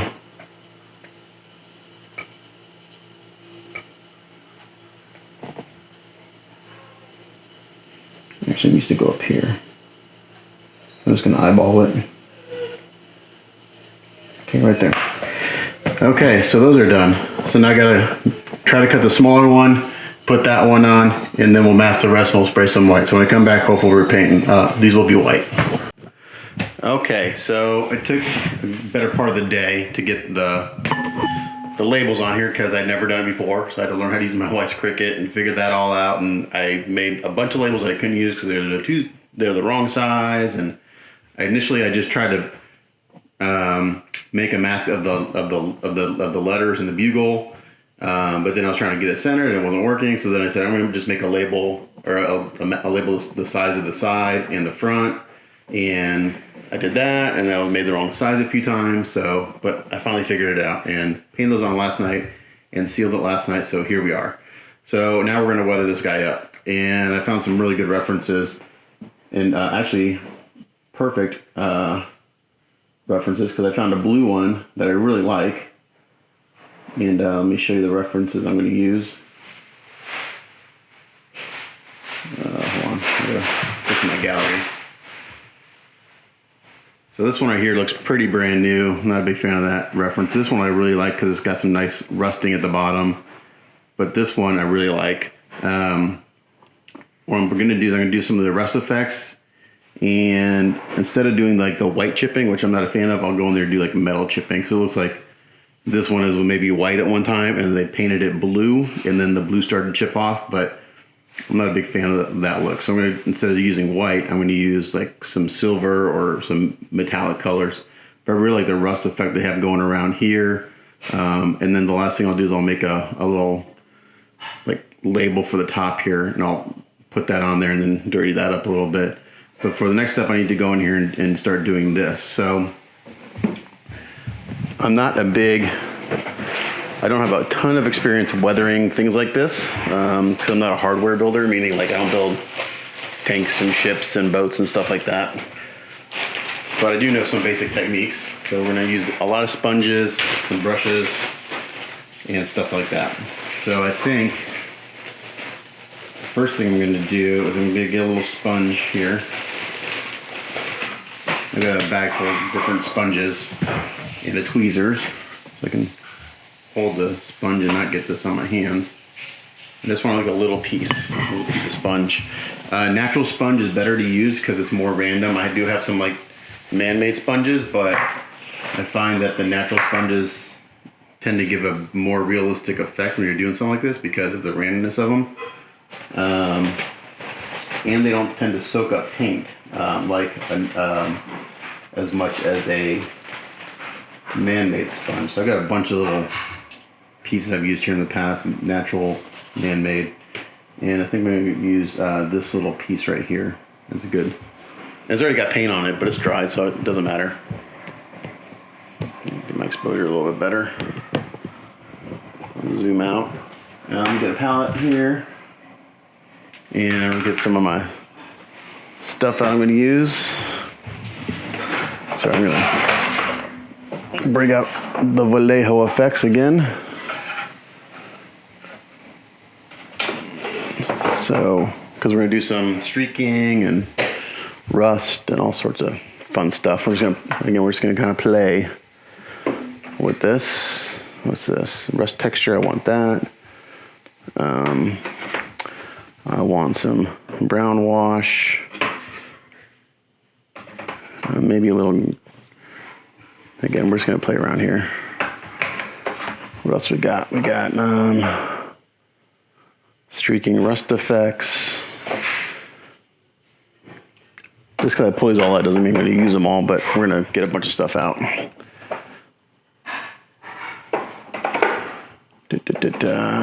I wish I had more of that color. I need to get some more of that. All right. So, sorry, I bumped the camera. Get this so where I don't hit it with my chair. And let's get some, I think the first thing I want to do is do some metal chipping. And I think for that I'm going to start off with oily steel from Vallejo. I'm just going to put a little bit on my palette here.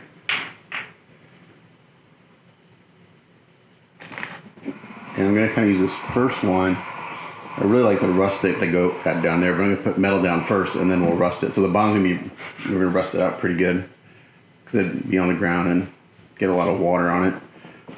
So what I like to do is take my sponge, dip it in the paint, and then kind of dab it on a paper towel to kind of get a good portion of it off. And we're just going to kind of come in here and do some random chips and stuff. Turning the sponge, concentrate on the corners a little bit.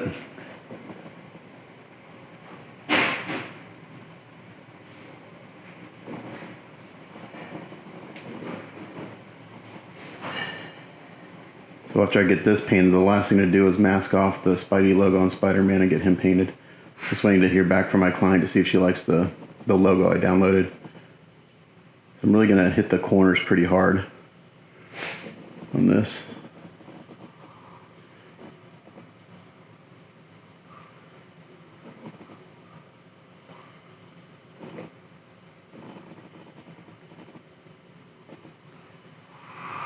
The bottom's a little messed up because where I had tape on there I had this taped to a piece of cardboard to paint it.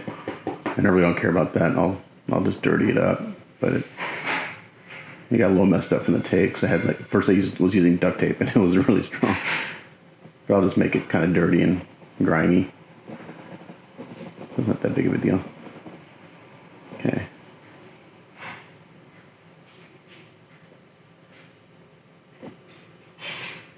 So we're going to do that. Really kind of concentrate on the bottom here. And we're going to hit this corner here.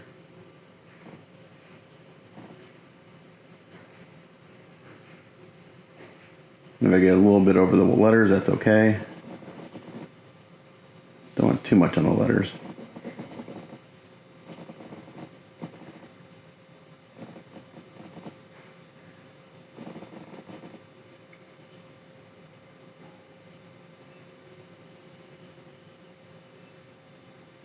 So I'll do a little bit of this on camera and then I'll do the rest off because this again, it takes a little while. And then I really like, on this first reference over here that the handles this is really beat up here. The one thing that this digital file is missing is that typically there's like a handle that sticks out on the side here, but that's okay.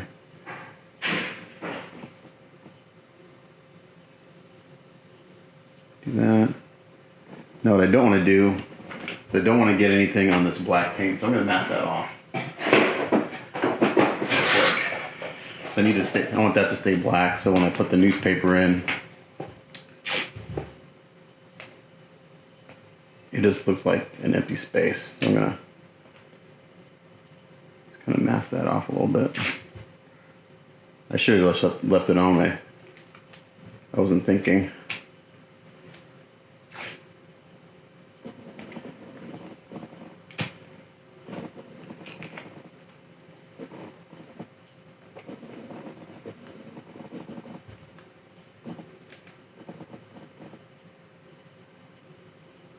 mask this off. Need to order some more of this washi tape. I'm getting low in a few sizes.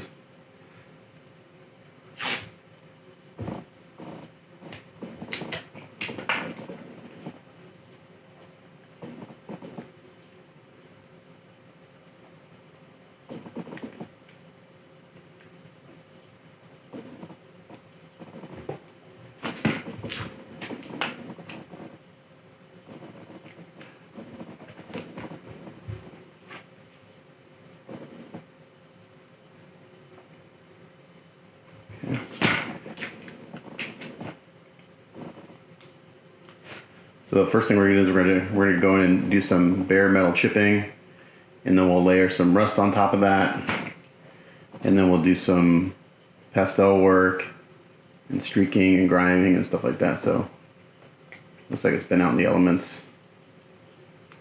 for a while.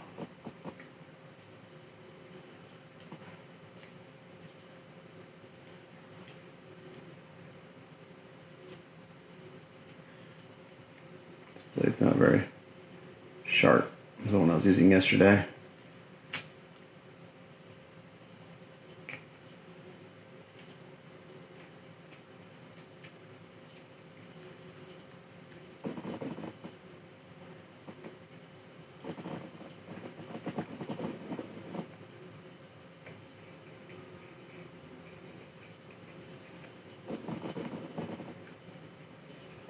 Sorry, off camera here.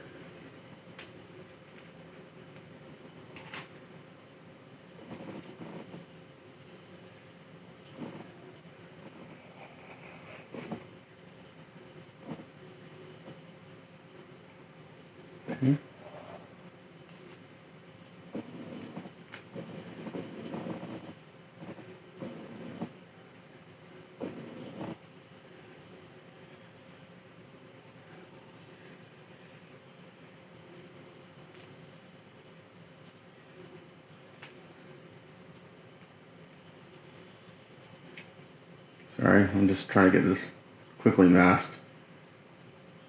Okay, there we go. I won't get any of the weathering stuff on the black background.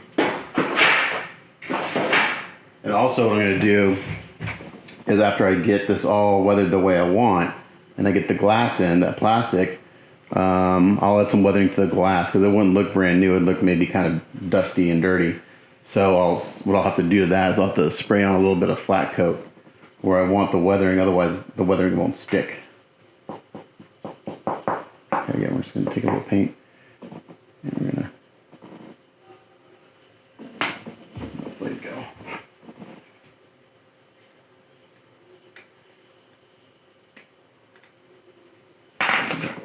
Alright.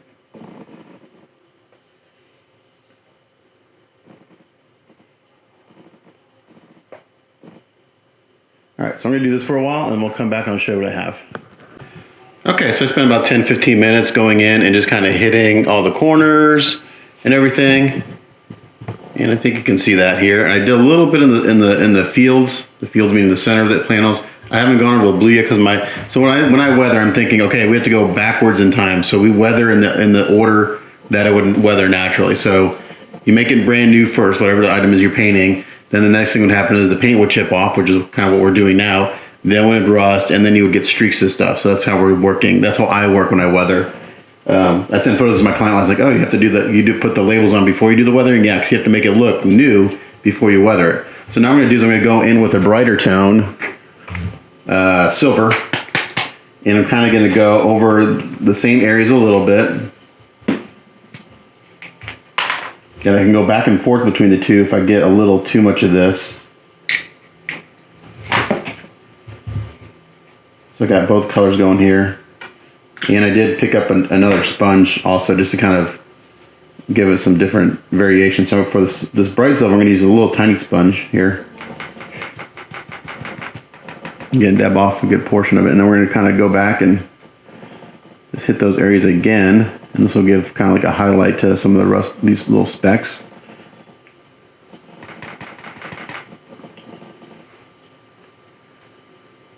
So not as much with this.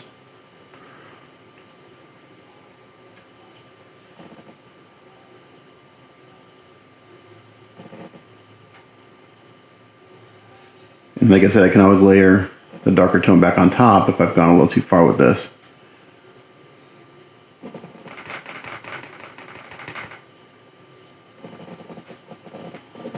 Just that first step already has like made a huge difference on how this looks. It's looking pretty cool, I think. Like I said, I did a little bit on top here. This will be mostly like pastel work and stuff like that. We'll put rust in the corners where it would collect, where water would sit and cause rusting. And we'll do some streaks and stuff down the sides. This actually, even though I don't do a whole lot of weathering like this, I love this process because it's so, it's very relaxing because there's no rules. There's no right or wrong way to do it. You just kind of go with the flow, and I wish I did more of this. I don't want to build tanks and shit like that because there are too many rivet counters out there. I'm not sure what a rivet counter would be considered in the statute committee, but it's people that are literally like if you enter a tank or an airplane into a model contest, they're counting the rivets on your model to make sure it's exactly what it was in real life. And you're like, are you freaking kidding me? That's the main reason why I don't build like military subjects, because there are too many guys out there. I know it's supposed to be for yourself and everything, but like, well, is that really the color it's supposed to be on, you know, whatever? And there was a guy in my modeling club who was military, active duty military. And he would enter stuff into contests, and he'd get these judges like, well, it's really not that color. He's like, look, I'd usually drive the vehicle or whatever, and we used to paint them like this out in the field. So unless you were there on that day, you don't know what you're talking about. So, all right, so this is a lighter color. And on the bottom here, I just did a bunch of kind of stuff too. I may go up one more level on this.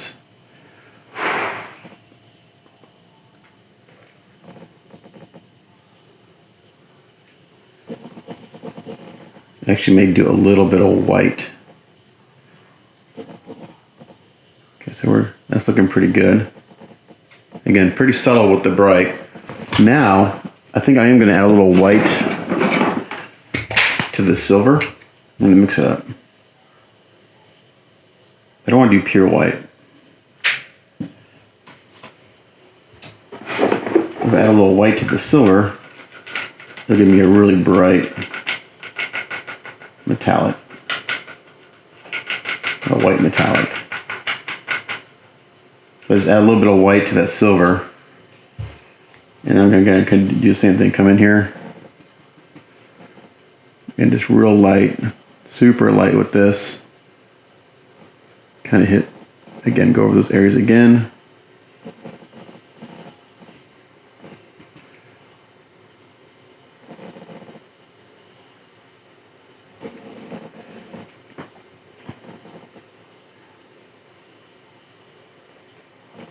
Really just on the edge, the hard edges are real, like the corners.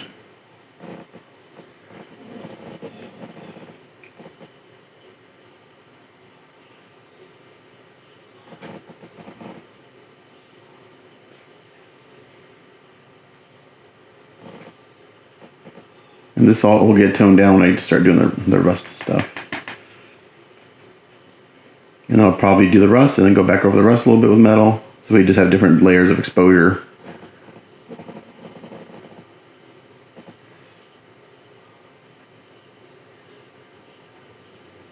Yeah, so this gives a really nice little touch here.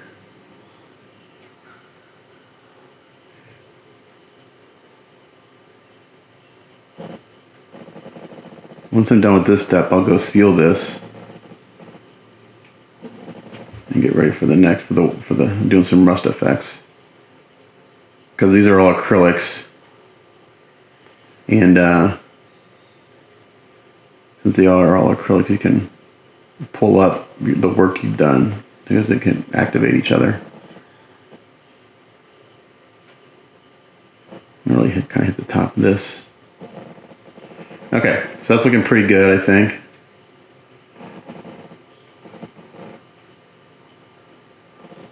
And then we're gonna go seal this, and then we'll come back. All right, sealed it with a hairdryer. And when I seal this, I just do a real light layer. I don't put it on real heavy. I'll put on a good coat at the end. Alright, so now I got this Vallejo rust texture. So I'm going to go over this a little bit. So I'll do this, again, it's back and forth. So I'm going to put this kind of on top of the metal, and then I'll go back on top of the rest of the metal again. I'm just creating different, multiple layers here. So I'm going to pour a little bit of this in my palette. Actually, I want to make sure this is stirred up really well because all the good stuff is in the bottom.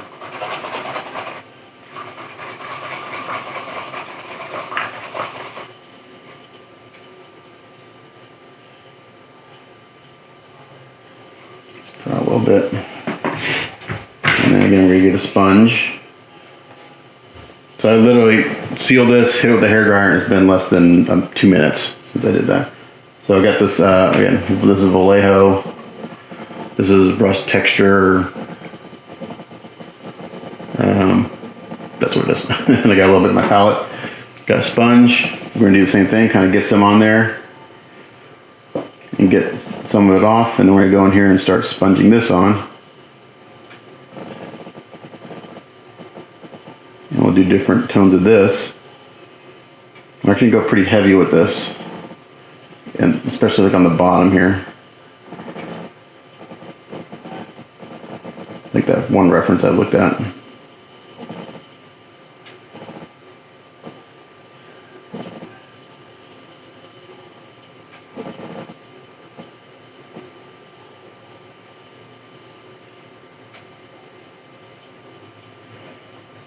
This is kind of the look we're getting.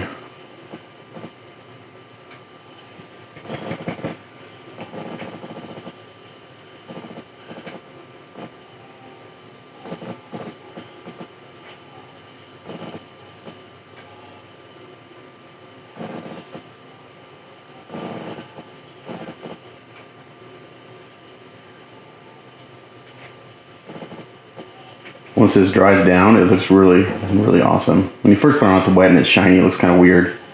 But once it dries down, it's like crazy how cool it looks.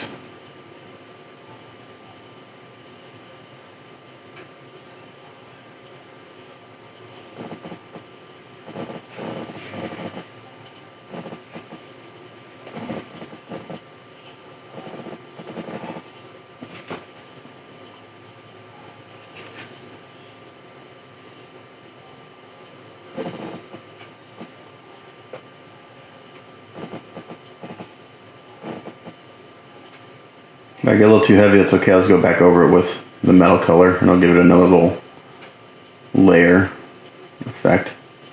You got a little too heavy here on this corner. That's all right.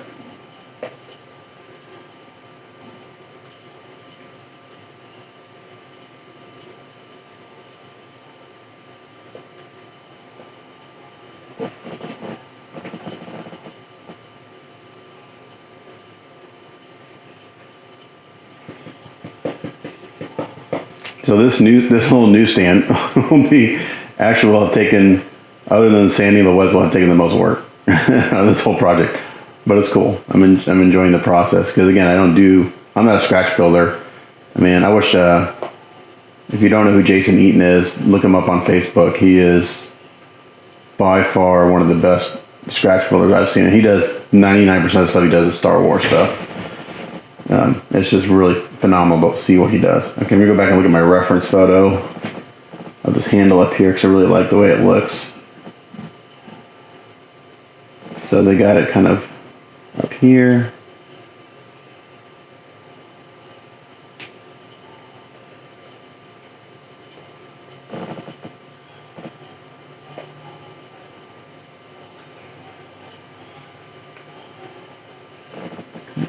Across here a little bit. That, and it's really rusted out down here.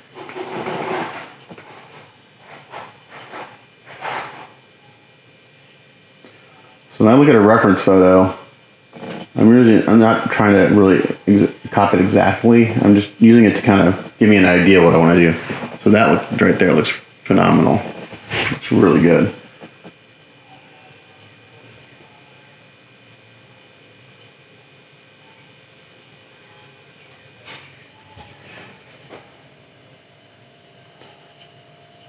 I mean, you really can't screw this up. I mean, you could maybe go overboard a little bit with it, but That's what's so fun about it. You really can't fuck it up.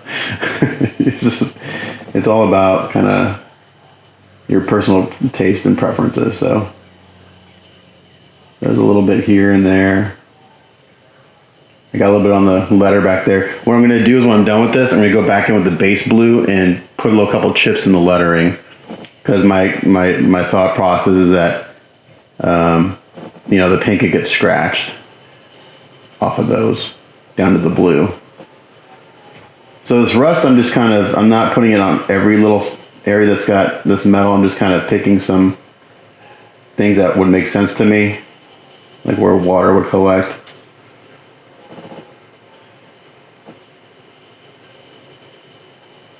And if this metal's exposed, it would rust a little bit, so I'm doing this pretty sparingly. But I'm using the references. My reference is pretty. Water would sit on the top of these, on the very top, so that would get rusted out decently.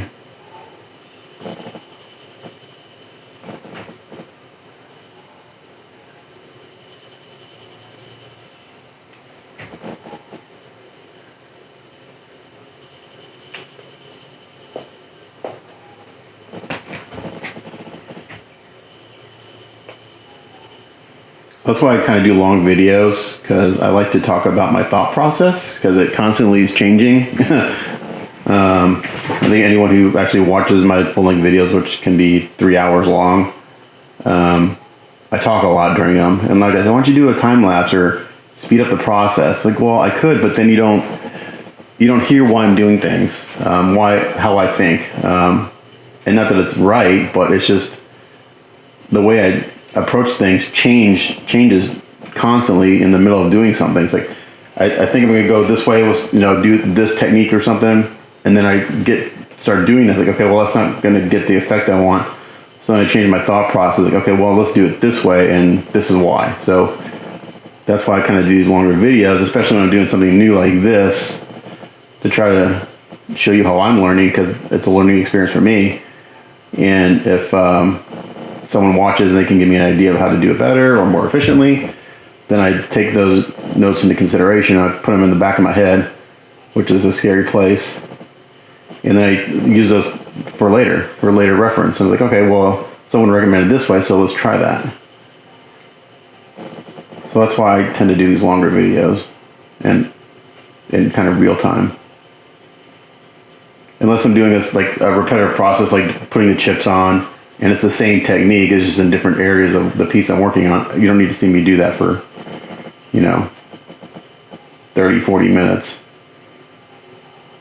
I guess I could I have done a few time lapses on those and people commented on, but you know what?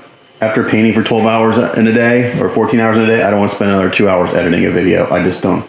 Then it's like 1 o'clock in the morning. It's like, and I've had a very busy day with family and stuff, so. Okay, that's looking pretty good. I'm digging this. I don't think I need to seal this stuff. I think I'm going to just go right on top of it with some more of the oily steel.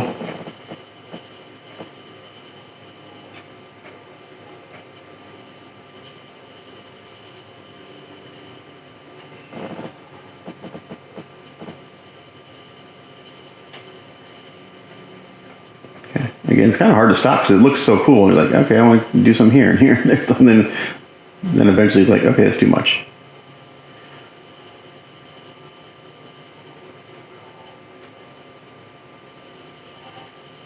Okay, so I'm going to just use the same sponge. A little bit of this oily steel on it. And I'm going to go back over this just a little bit. Just to add another layer.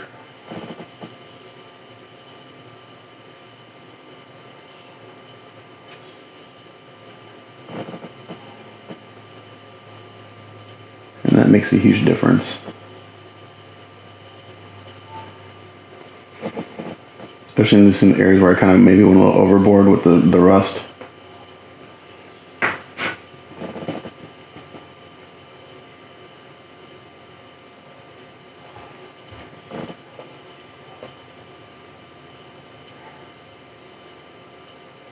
And the great thing about this rust texture, it feels like rust. I mean, it's got that great texture to it. So if you rub your hands over it, you'll feel it.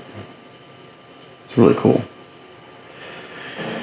Again, the bottom's just kind of ugly, but it's okay, you're not going to see it. But we're going to put some stuff down here anyway.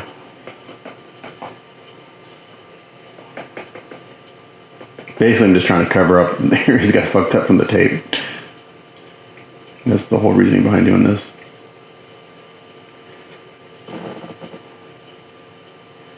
Okay, I'm not going to touch that handle, that looks really good. I'm going to do a little bit here.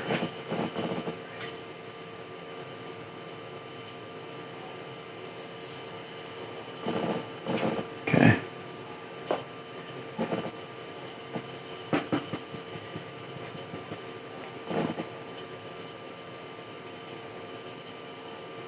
This might be it for chipping and rust.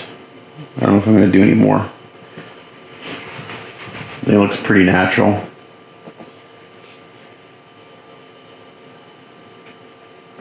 And see, I went there, I got a little too much of the oily steel back, so I'm just go back over that and hit it really lightly with the rust again. And with that steel mixed in, it gives it a nice tonal variation. So I can go back and forth between the two. Get some really cool kind of layering effects going on.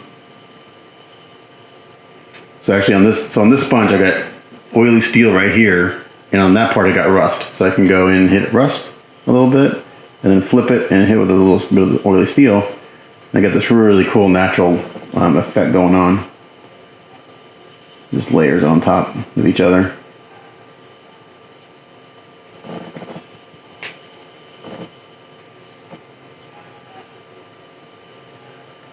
Yeah, that's actually working really well. See a little thing I just discovered? If I got a sponge with two different tones on there, I can just kind of layer them up on top of each other and flip it around.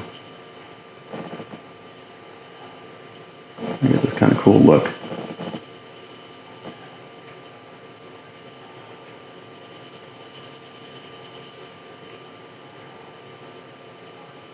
Yeah, let's kind of rust up this front Daily Bugle sign a little bit.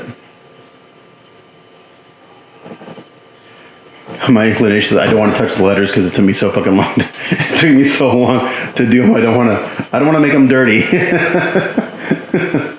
After a day of fucking with them, I was like, no, leave them alone. But we got to make this look kind of natural.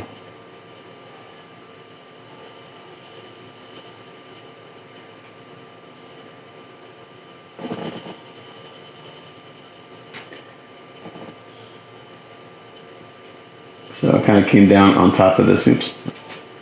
I'll put that on as part of the sponge. Kind of came down on top of this eye a little bit of Daily, so I'm going to just go ahead and rust it out a little bit. Why not? Just like that. Okay, that's looking pretty damn good, I think.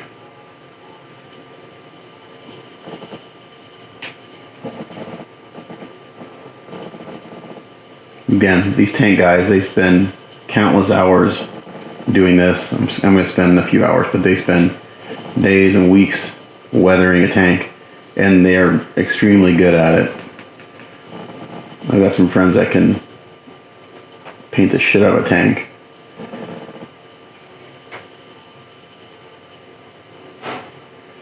I've got a friend here. I don't know if a friend, acquaintance that I know just from local modeling contests. He's a pediatric he's a pediatric anyway, he's like some sort of, he's a kid doctor, but a very specific field, and he is probably one of the best scratchers I've ever seen. He scratch builds things you've never seen in really small scale military things, but tiny airplanes like this, just scratch built to the nines, details like crazy. Very, very good. We chat every time we see each other because he likes my painting, and I look at the scratch and I'm like, man, you're crazy. he compliments me on my work. He's like, dude, I'm not even close to what you do. It's like, I don't know how you do that. He's like, well, I don't know how you do what you do. It's like, we should get together and build sometime. Okay, so I think I'm going to call the rust and chipping done. I say that and I keep going. Maybe I should put a little bit of rust down here in the middle some places, like right here where I got a little bit of chipping.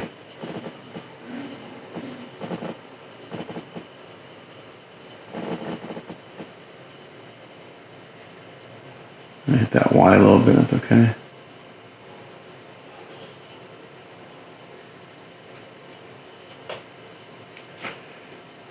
The front's looking extremely good, which is the most important part. That's what we're going to see on the base.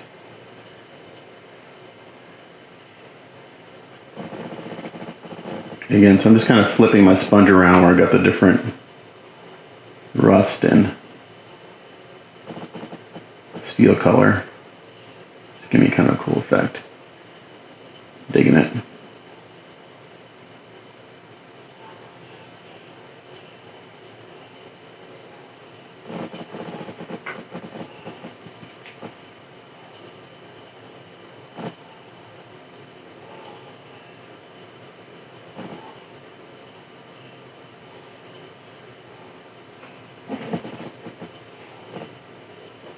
So I just did kind of a big kind of little weathered area there. So I kind of have to continue that around the back side, otherwise it won't make sense.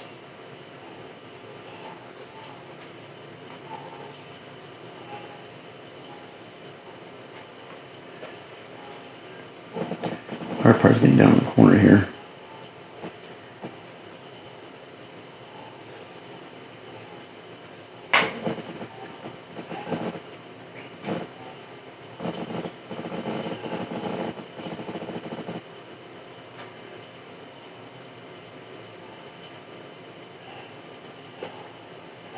Because that corner would be rusted out pretty good, I think.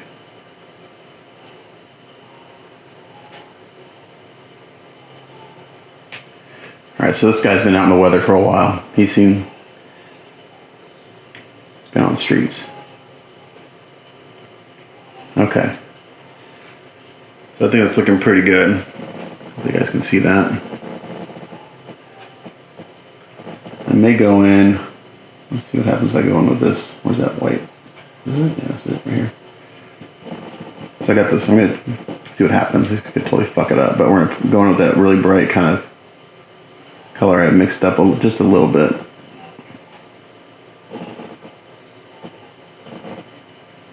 Yeah, just kind of right on the corners here.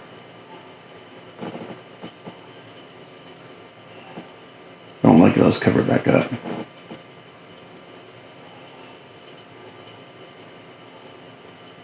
So I got that kind of white silver on my sponge now, and I'm just kind of hitting some high points again.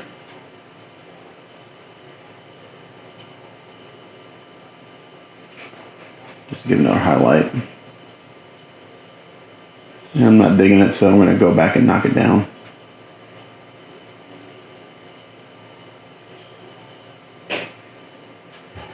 Okay, so I think it looks pretty good. So now we go seal this again. And then we'll start doing we'll do some washes. We'll get down in all these crevices and stuff and go from there. Okay, so I went ahead and took the tape off because what would happen is I start doing washes, the wash would leak underneath the tape and I get lines. And I don't care if this gets like washes on it. I just didn't want to get the rusty stuff on there. So I think I'm going to start off with, again, Starship Wash is like my favorite. Well, hold on, when I say that. Maybe we'll go with some of this rust wash, dark rust. Let's see what this does. Again, we're just going to kind of play here.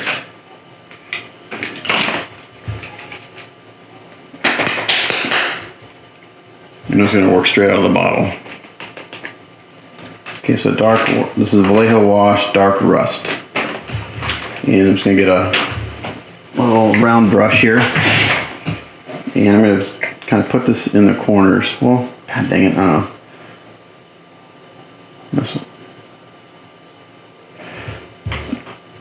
Excuse me. And then make another soft brush here and... sorry. Come up a little bit on my camera. Alright, so I just put a little bit in the corner here and then we get another soft brush and we just kind of kind of work it out a little bit like that. I'm just going to build this up slowly. So I put it in. I'm just going to another soft brush and kind of dab it. We're just trying to stain this so it's not going to actually look rusty. Put some in. Just going to work it out.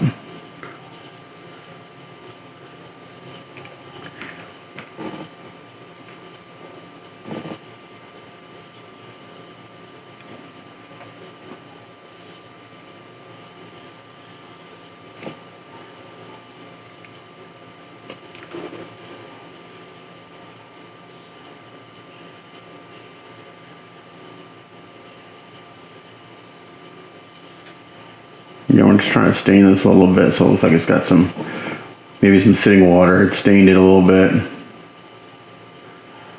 I like to use a dabbing motion. It seems to give the most natural kind of look.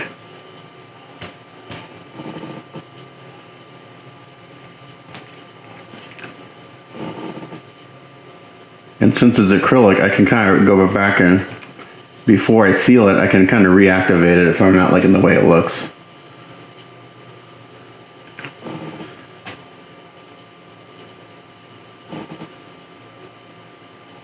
So this is very similar to what we did on the base, just kind of building it up a little bit at a time.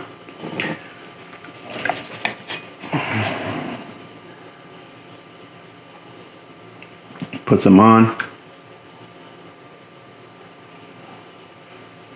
Kind of blend it out and let it dry.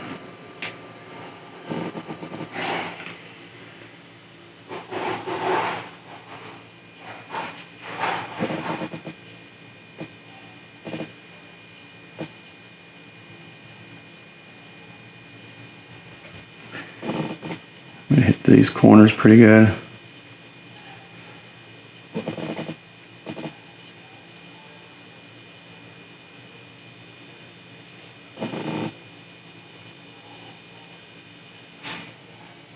And just let that sit in those corners and let it do its thing. I am going to blend it out up here though on this handle area. But in these corners I'm just going to let it sit. Let's see what happens. Got maybe a little too much here. Can let it run around. Because when you first put it on, it looks pretty dark. But it's surprisingly how light it dries. Again, because it's mostly water.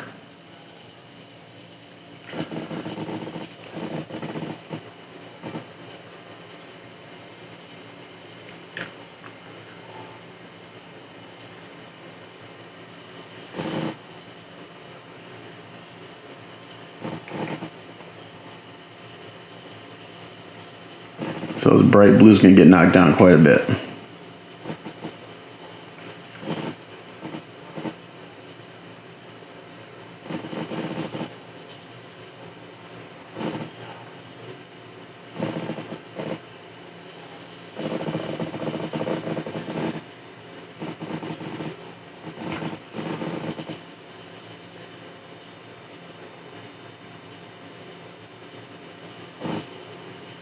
And we'll do some streaking too. Yeah, this dries down to the perfect tone. I don't know if you can see it in camera right there. It looks real nice and just kind of like water was there and it evaporated. It's like the perfect look. I'll probably go in with some Starship wash too, which is my favorite kind of tone. You could do this with oils. I'm not sure if I'll use any pastels on this. I may just do it with washes. I'm going to hit this down here pretty hard. It's all rusted.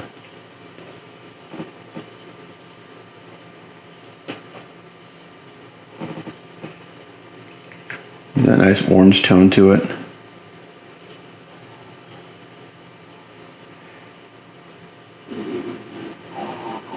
Ooh, my stomach's growling. I must be hungry. You guys hear that?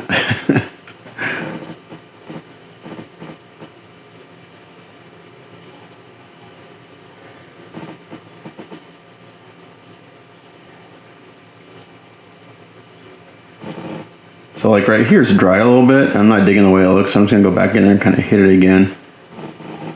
I want that to kind of be pretty muted underneath this ledge.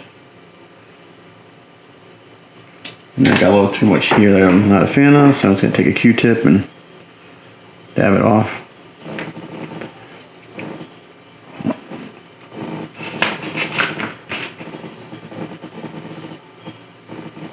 I would imagine this would be pretty grimy down here. The water comes down, it collects, it goes around these edges, and then it collects kind of on top of this portion of the machine. That's my thinking, at least. I don't know if it's correct. And then you kind of get the same thing here. It come down and kind of collect down here.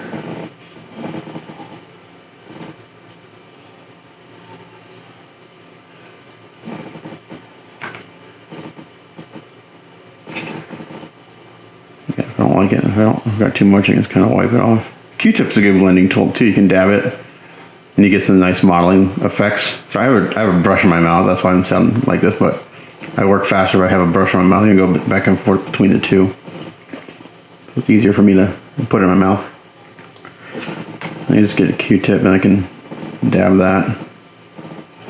It gives me another kind of texture. So that's looking really good already. It's looking damn nice. Okay. I'll come up here and hit this. Pretty good. I should have just worked top down to begin with, but you know, my brain doesn't work that. A lot of times my brain is just all over the place.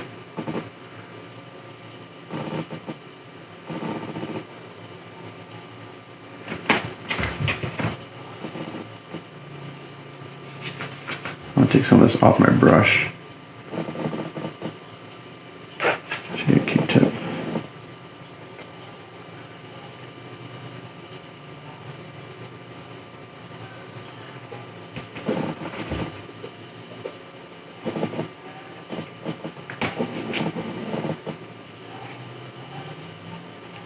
Stipple, brush. Just use different ways of applying it, whatever it is you're using, and it'll give it a more natural look.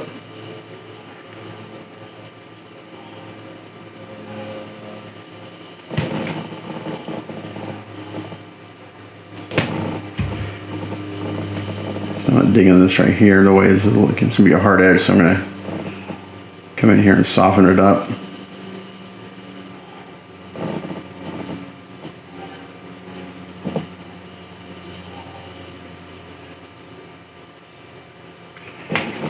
Let that dry a little bit, and then I'm going to come back in and blend it in a little bit better. Sometimes that works better if you let the wash dry a little bit.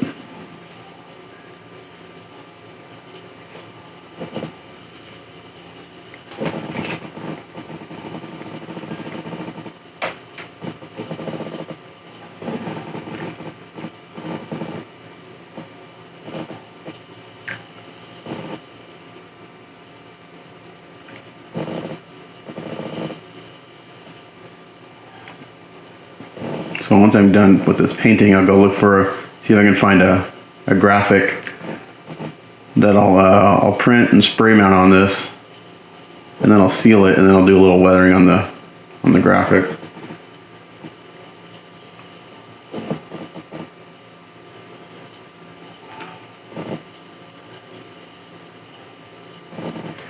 See, it's drying down pretty nice actually right there. Once it gets even drier, I'm going to come back in here and kind of blend it out a little bit more.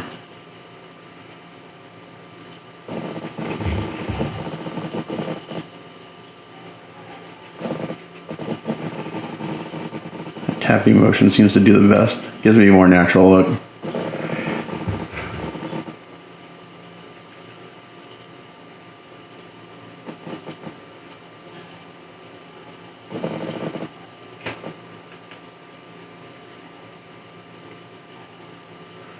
So a wash you typically would put over the entire surface and just kind of ties things together, but I use them a little more selectively. I kind of use them like a pastel. And I can always go back over these areas. If I feel like I've kind of covered up some of the chipping too much, I can go back over and hit them again with the chipping, which I might do. Because you would have fresh chips on top of all this.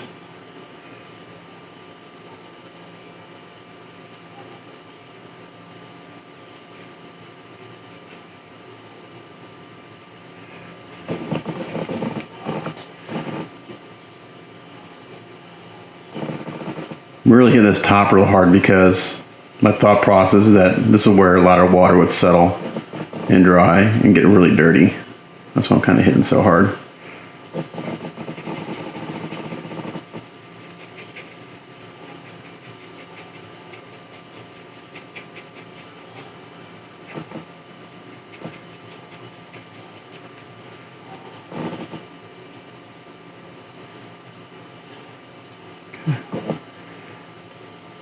Now it's starting to dry a little bit better. Come in here. My brush is pretty much dry, but it's got just enough on here that I can kind of go in there and reactivate this edge, which is a little harsh for my taste, and I can blend it out.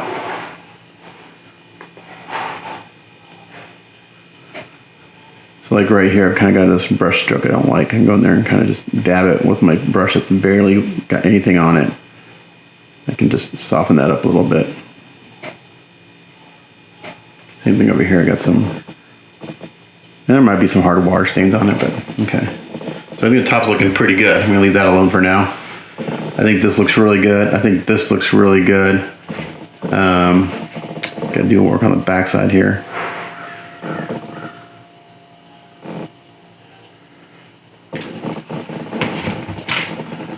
We're gonna do the same thing here. I'm gonna put on pretty heavy at the top and let it just kind of run down.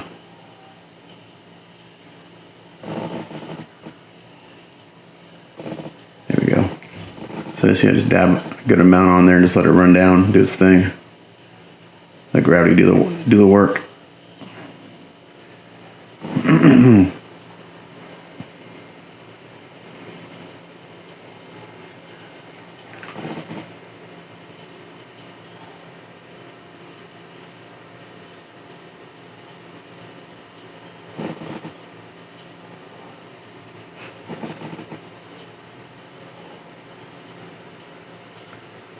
Just let that sit for a little bit. It's going to take a little bit to dry because I got a lot on there, but I think it's going to give me the effect I want.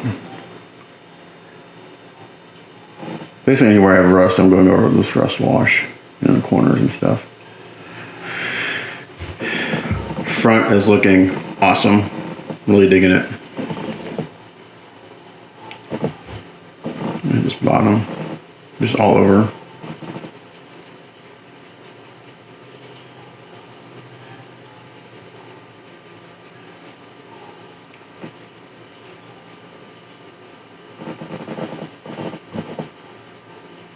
Let that dry down.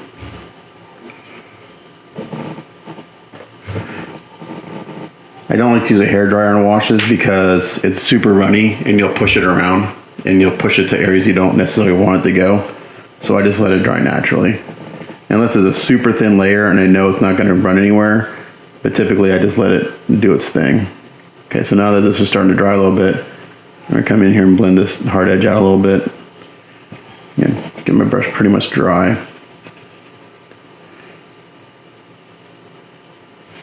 Down here in the corner, I'm going to blend it out a little bit.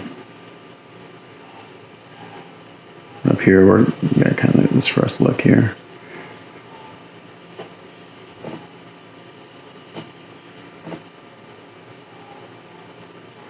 Kind of screw that up a little bit.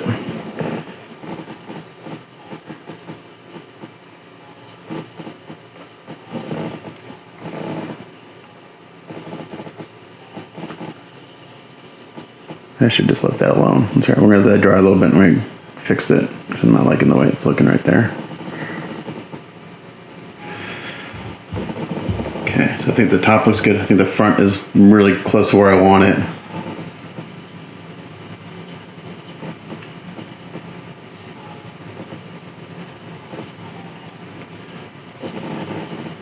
And then the sides, we're going to do some streaking and stuff on those. And we're we're pretty close, I think. It's looking good. Again, I'm not a seasoned weathering technique guy.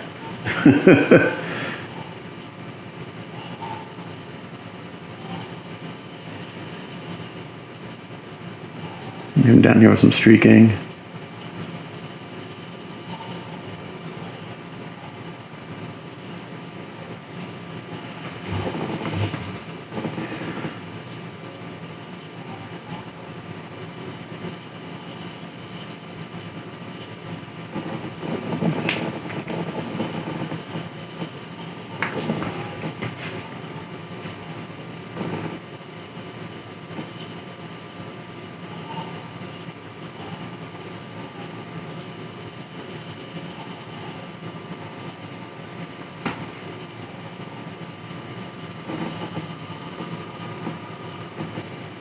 The sides are going to do mostly streaking, I think.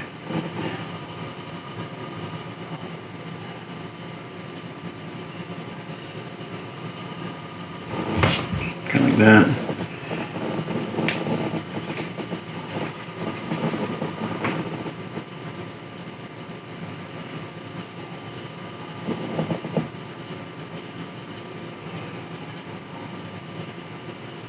What I don't want is like really any of the blue to look brand new. I want it to kind of be weathered down a little bit.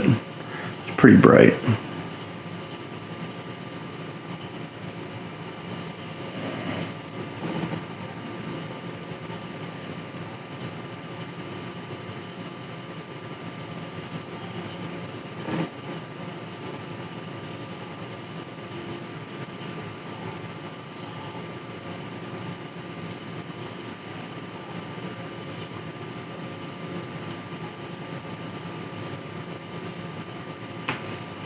Let's see what happens if we just put a dot here and let it run down.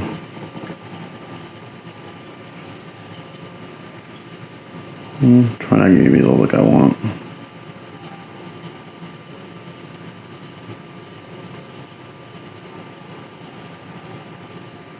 Just do a large streak. Get too much up here now.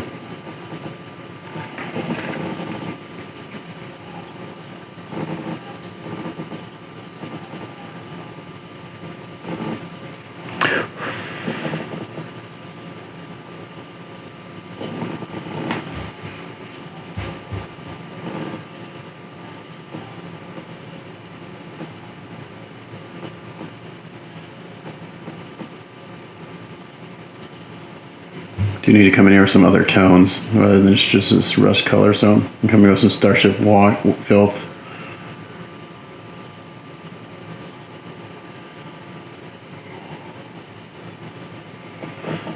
Do some also.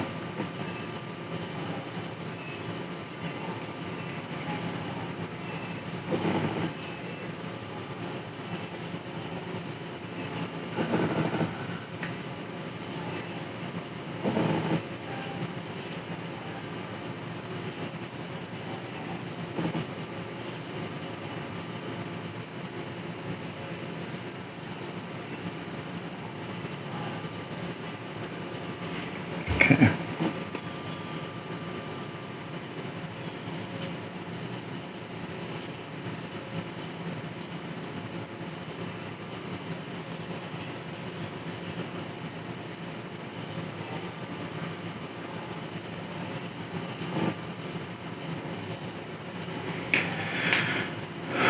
Looking pretty good, I think.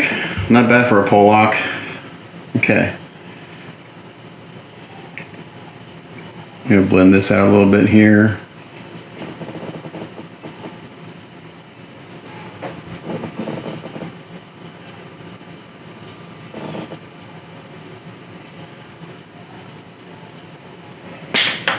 Q-tip.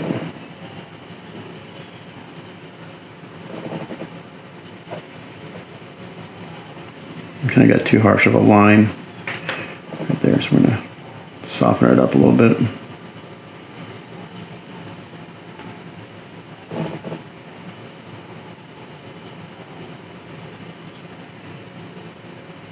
Alright, let's let that dry down and see what we look like.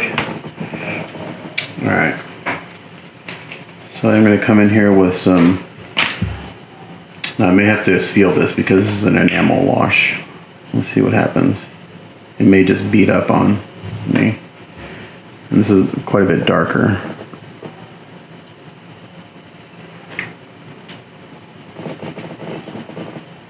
I'm going to use this pretty sparingly, just in really the dark corners.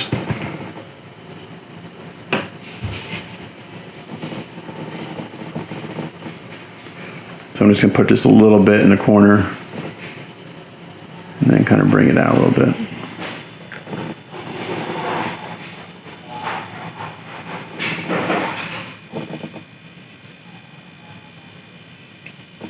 And this is nice because it's got a little bit of green in it, kind of a brown green.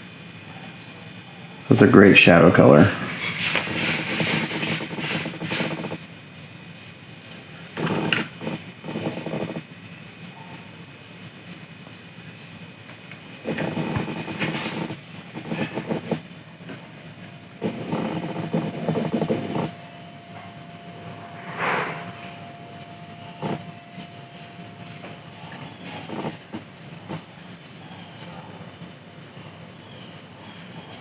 And just putting some on and blend it out.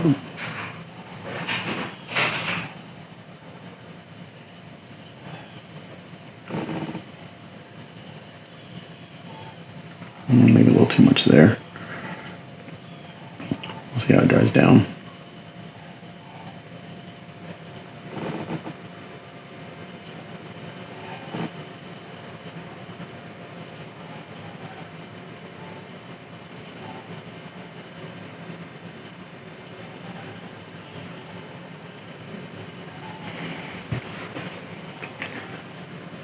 So I'm going to take the Starship wash, put a little bit on my brush, the small brush, and I'm going to go back over the same streaks I did earlier,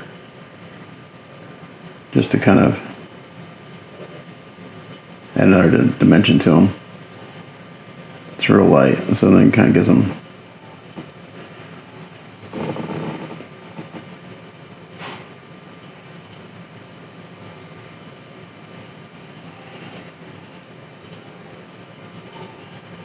just so it's not just one tone, because it would dry at different rates and a lot of fun stuff.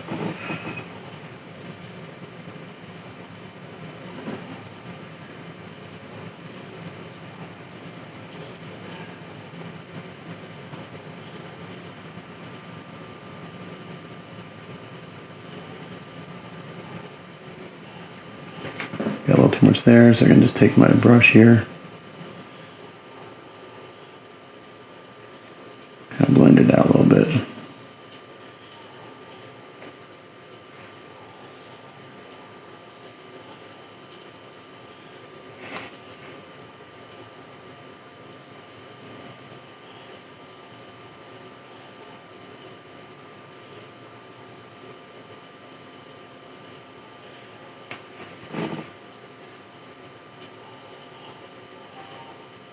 Okay. I think this is looking pretty convincing.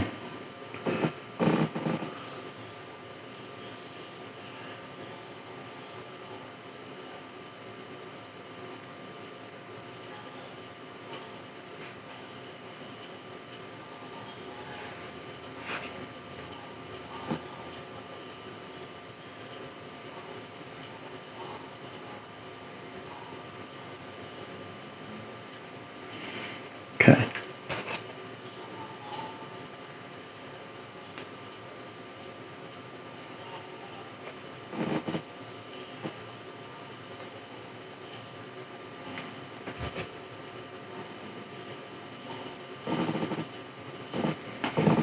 That's looking pretty good.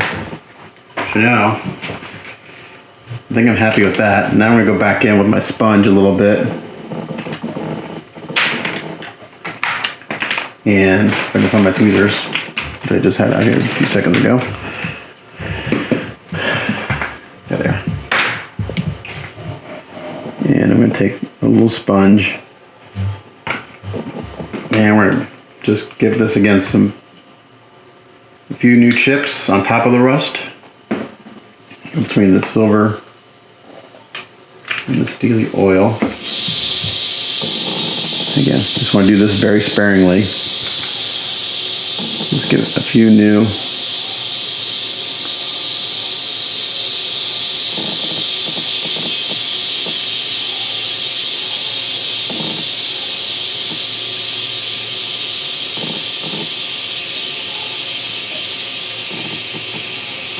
Super light, just in a few little areas to indicate new damage.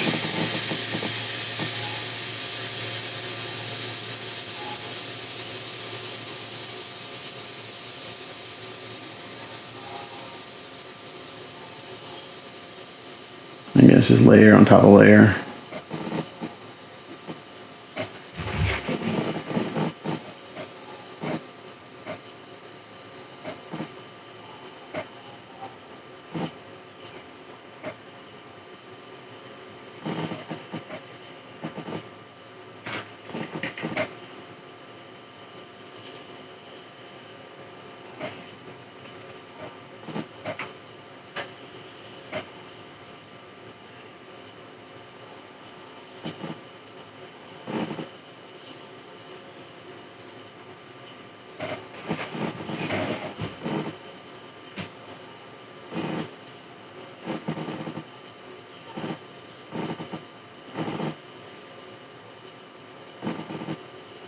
Okay, I think that's all I'm going to do with this.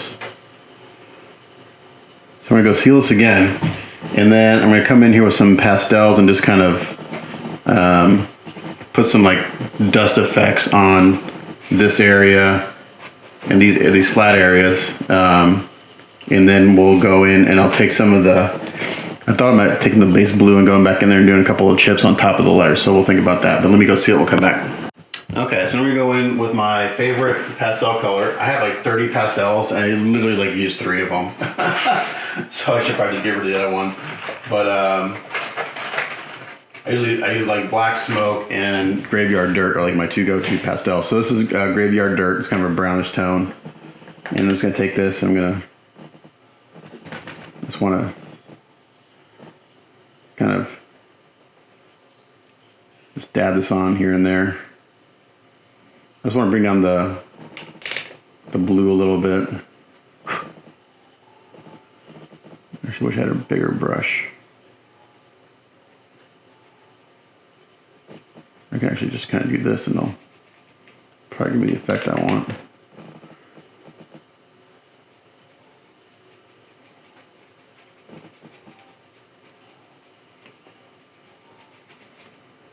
That's about it. That's all I want to do. I think that part is okay up there. It's really these sides are a little too stark for me right now. They're a little, so knock everything down just a little bit. You could do this with a wash, but I don't know, I kind of feel like I have more control with this. See, it just has a little bit of grime in the middle.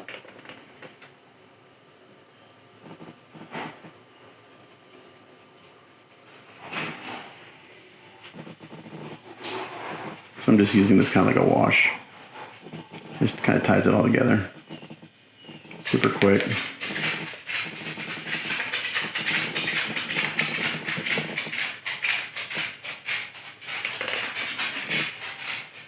So once I'm done with this, okay, just like that, I'm going to go seal it again. See, that was super quick. Maybe like a few seconds. I got the look I wanted. And then we're going to play with maybe adding some blue chips to the lettering, so I'll come back. Okay, so the blue I used on this was a lacquer, but I don't want to go in here and do this with a lacquer because I don't like it. I want to be able to wipe it off. So I mixed up a color that's close to what I have for the base blue, using a Vallejo color. And I'm just going to go in here real lightly, stipple on some chips off the letters. Looks like they've been maybe scratched up a little bit, not a whole lot. Like that E looks really good there. So this is a pretty damn close match to the background color, and I can just kind of blend it out a little bit on top of the background color too, and it should look pretty good. Again, we're just gonna do a little bit here and there.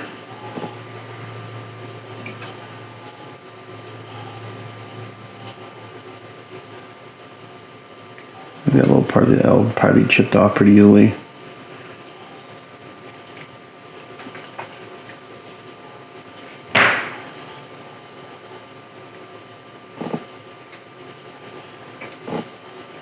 So just real light.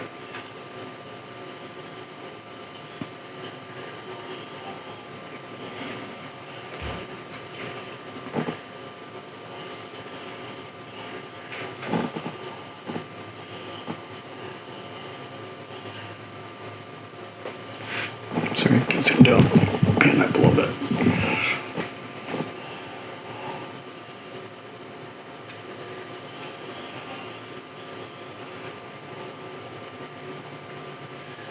The paint's drying pretty quick. I need to get myself a good wet palette.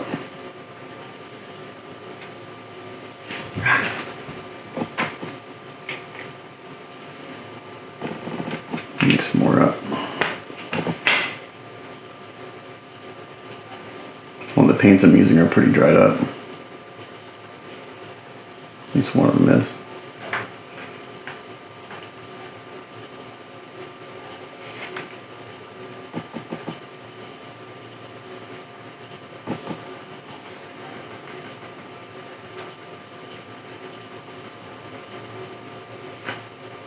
There we go.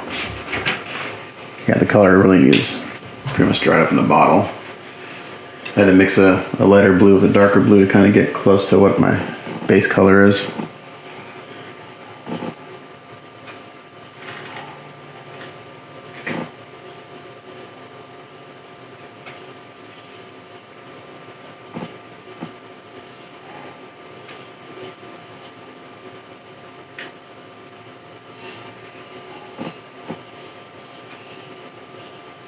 I'm just going to do this pretty sparingly. I don't want to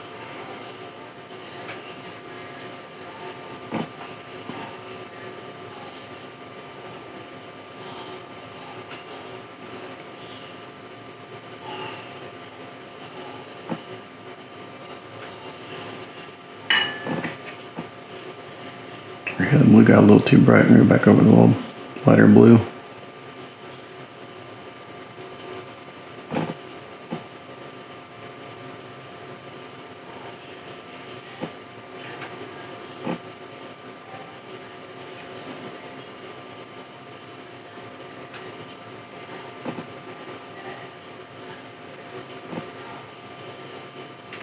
So it's pretty subtle, just a little chip here and there on the letters.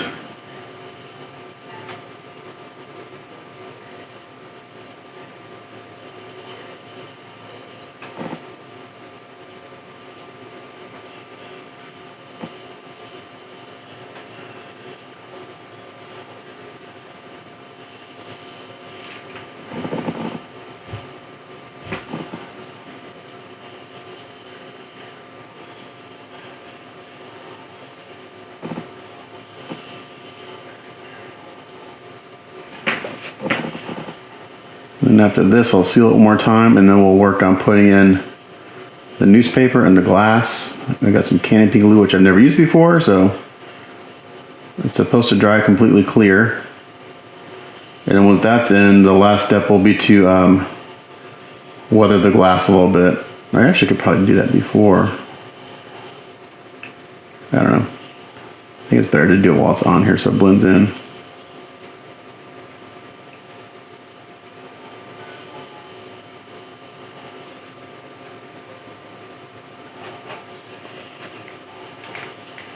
Too much on there, so I can actually it dries down pretty damn close to the base color.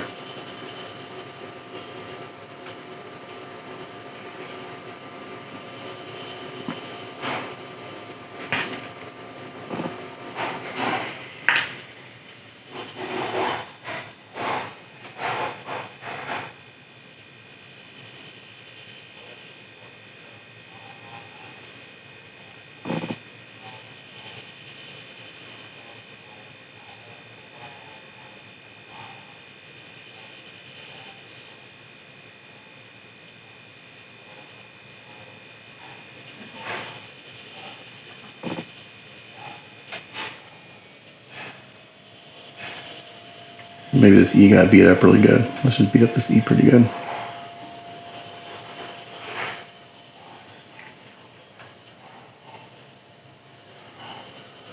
Along with this L, why not? It's in the back.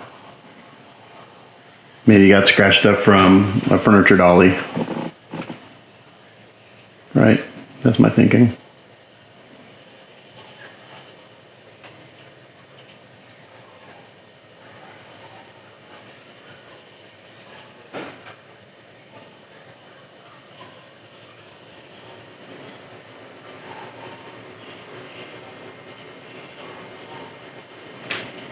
Okay, that's looking pretty good.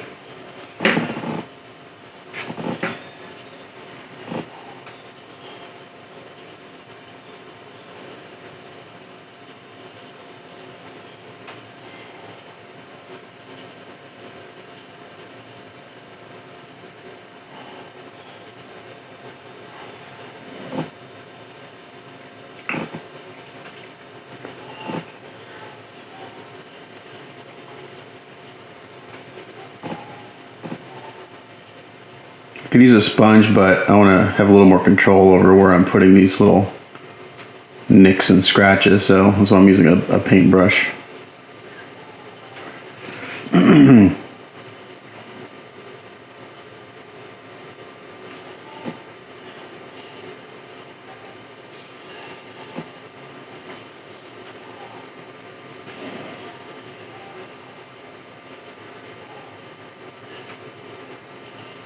Try to turn my brush every once in a while to give it another random shape.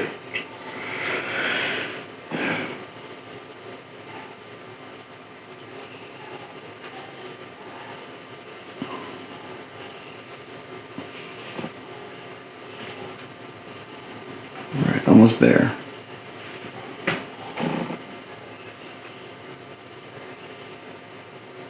Yeah, I needed to do this because otherwise the letters would just look too new compared to everything else.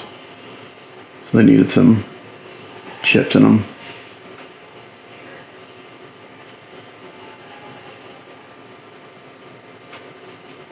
Maybe this part of the U got completely scratched off for some reason, so let's lose it.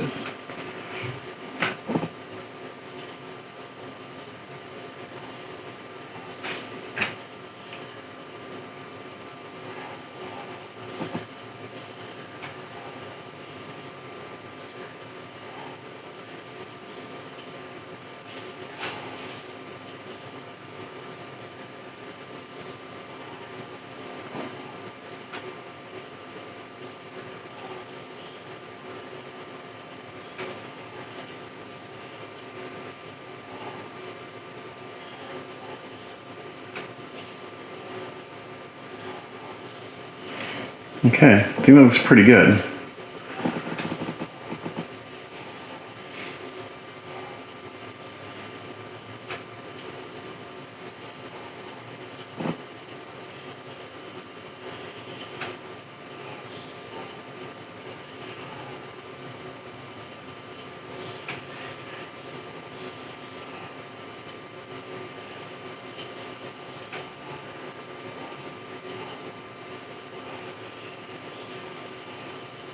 Okay, so I'm gonna go seal this again, and then we'll put the newspaper in and put the glass in. Okay, so we're gonna put the newspaper and glass in. So I thought about maybe putting more than one of these in, but I'm just gonna put one in because I don't want it to push the glass out. But I am gonna tape it down into place so it doesn't fall or move. So I'm just gonna take a little bit of, let's see what I got. Let's take a little piece of this tape. And this should be, you should hold it in there just fine.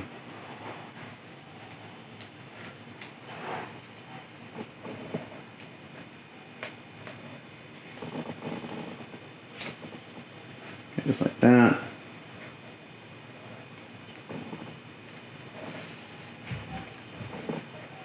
And then my glass I've got here, I cleaned it off with some Windex and I blowed it off with a canned air.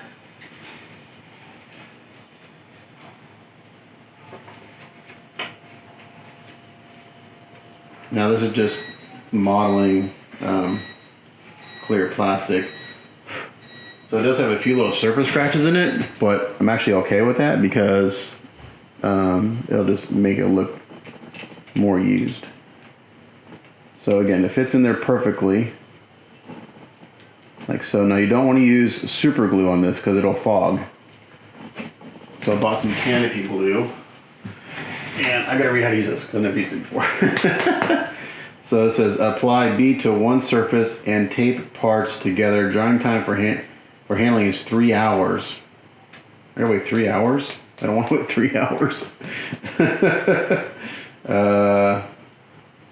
Let's see. Full cure is 24 hours. Clean up with water while wet. Avoid freezing. Okay. So I don't want to wait that long. And I don't want to use super glue because it will fog it. And it's super runny.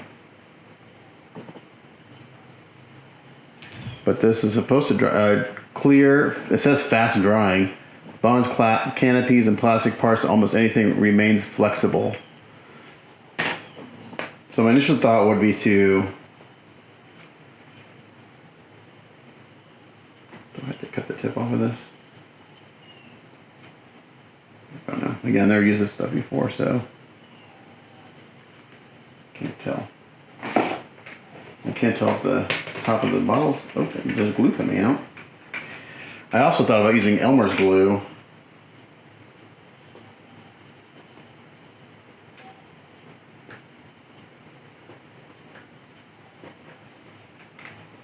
I want to see how big this bead is coming out of the bottle. So it's pretty big.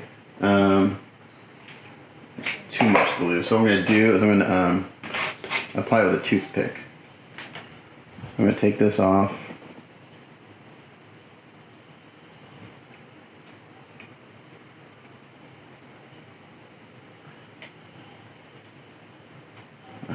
If I can get it underneath it. Come on. Well, no, it seems to, we'll just stay in there. Pressure fit? Let's see. It might.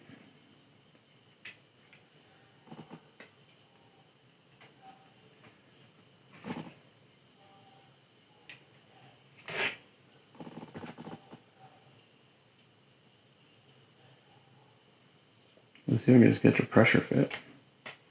No, it's going to buckle. I'm actually going to flip it over. I may have this in there. Let's see.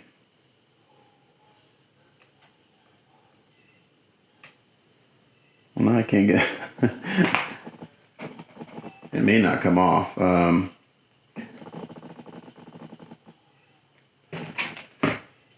Let's see. I do want to add some weathering to the edges of this. It's a hair too big on this side. I'm almost inclined to trim it down just a bit, but it's almost a perfect fit.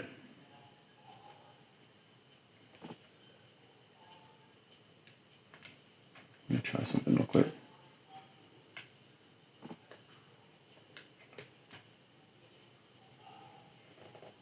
It's just a little tight in this corner here.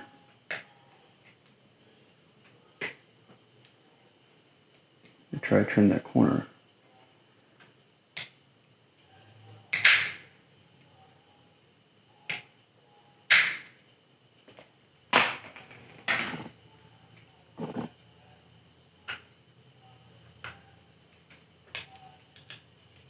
Okay. Now it fits a little bit better. It's a little tight in that corner.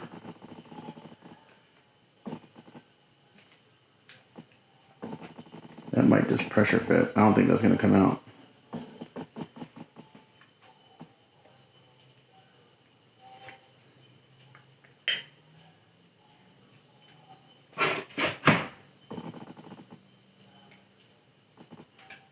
I'm going to push it down around all the edges and I'm going to give it a good shake. And if it doesn't come out, I'm not going to worry about gluing it.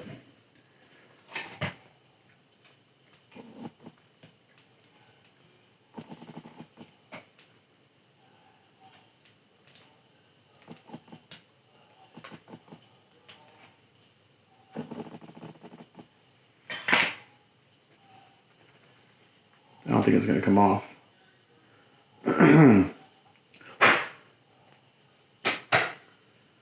I do have a little. But I do think, I do need to put a bead. Actually, no. Okay, what I'm gonna do? I don't think it's gonna come off. So I'm gonna what I'm gonna do next is, where's the lid to this right here? I'm going to airbrush on around the edges here a little bit, some flat, and I'm gonna go in there with some pastels and dirty it up and blend it into the frame of this. I chipped the paint there a little bit, cutting that. It's no big deal. So let me turn on the airbrush.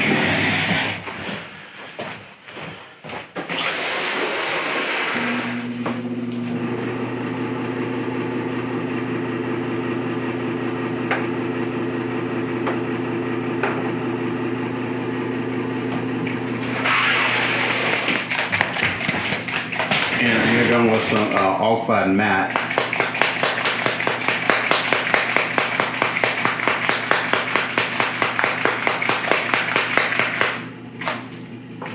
Around the edges, stuff, or weather this glass a little bit.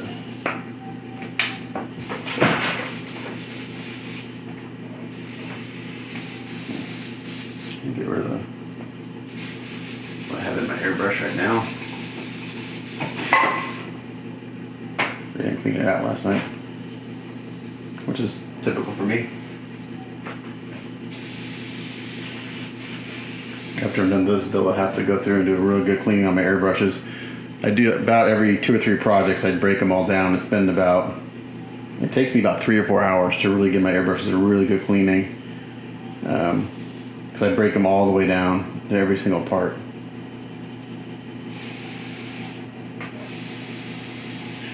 Okay.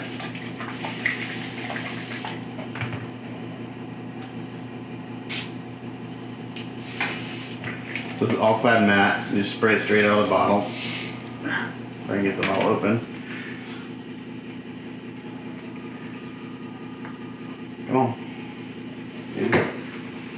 I haven't used it in a while.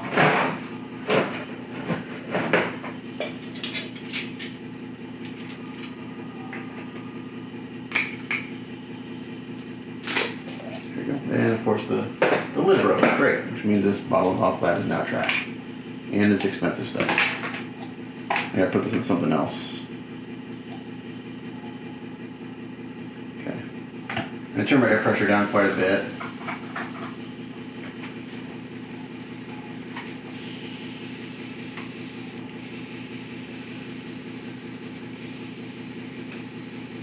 There's some white paint in there still from yesterday. Okay, so I got my air pressure down quite a bit. I really just want to kind of hit the edges.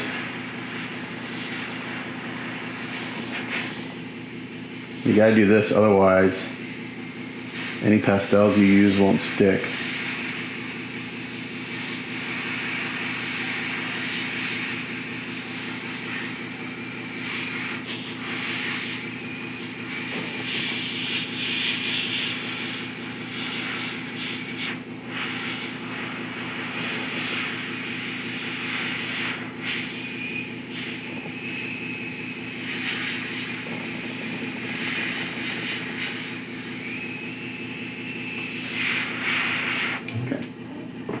Hit that with a hair dryer.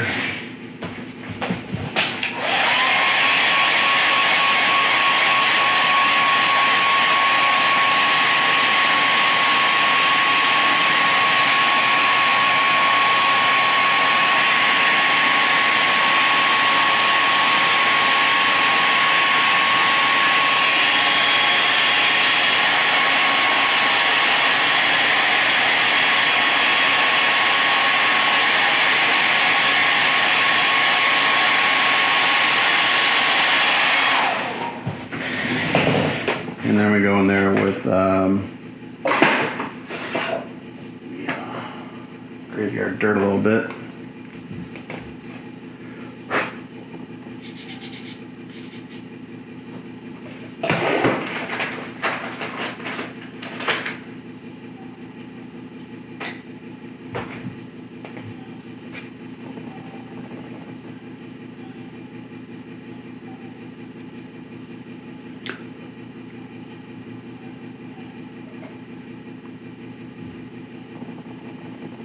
spraying on pretty heavy. And I'll blow all the excess off here in a second.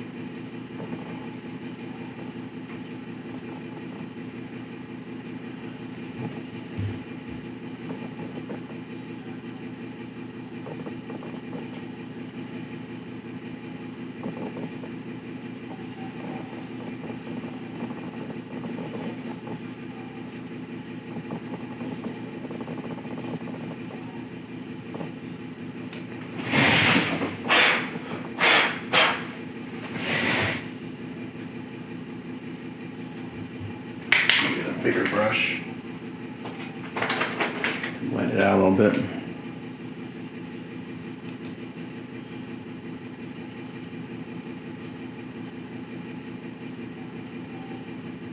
And then I'll go back over this edge again with the matte to seal the pigment.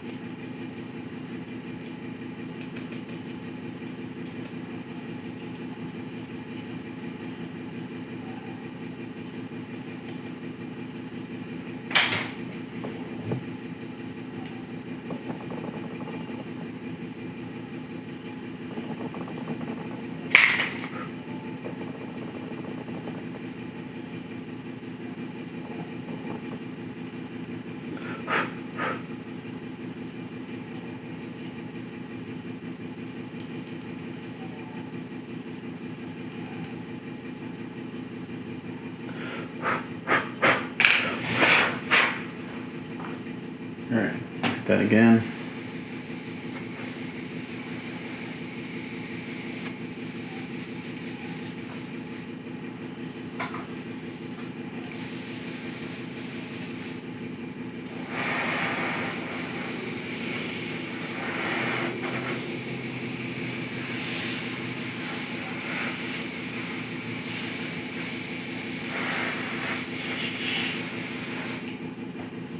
Alright, I think we may be done. Let's take a look.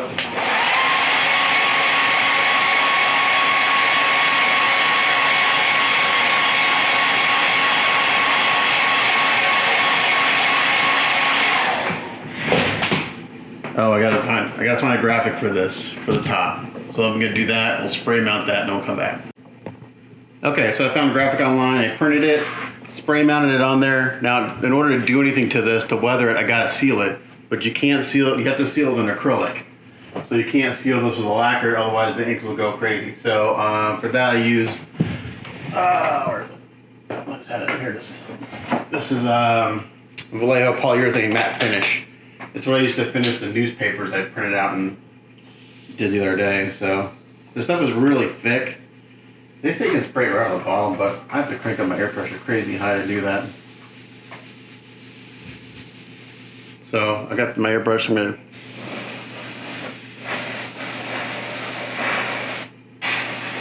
I can't tell if it's coming out.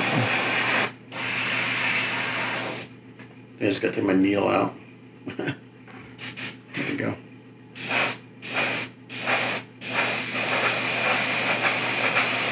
Okay, just like that.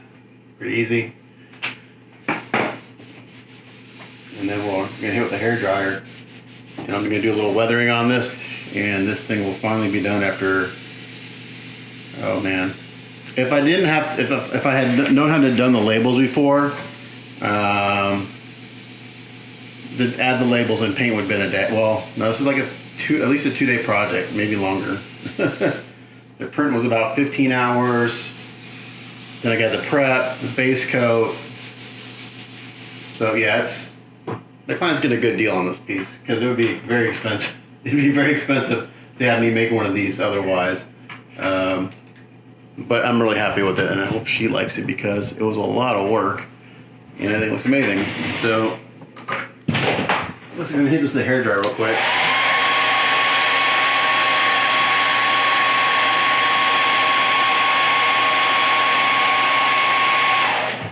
And I'm just going to go in with some pastels and dirty it up just a little bit, just so it doesn't look brand new.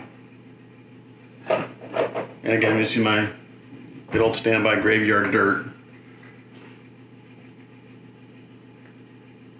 And I'll have to seal it again.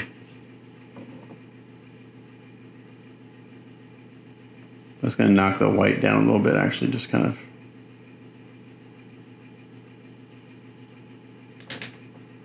just so it's not so dang white.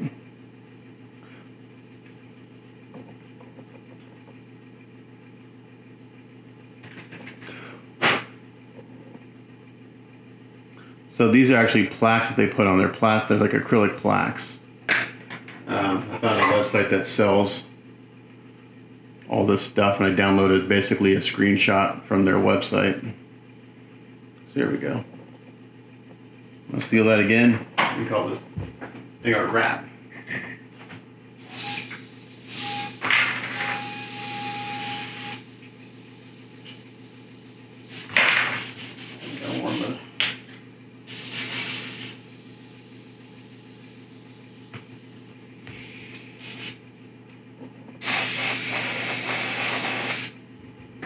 Yeah.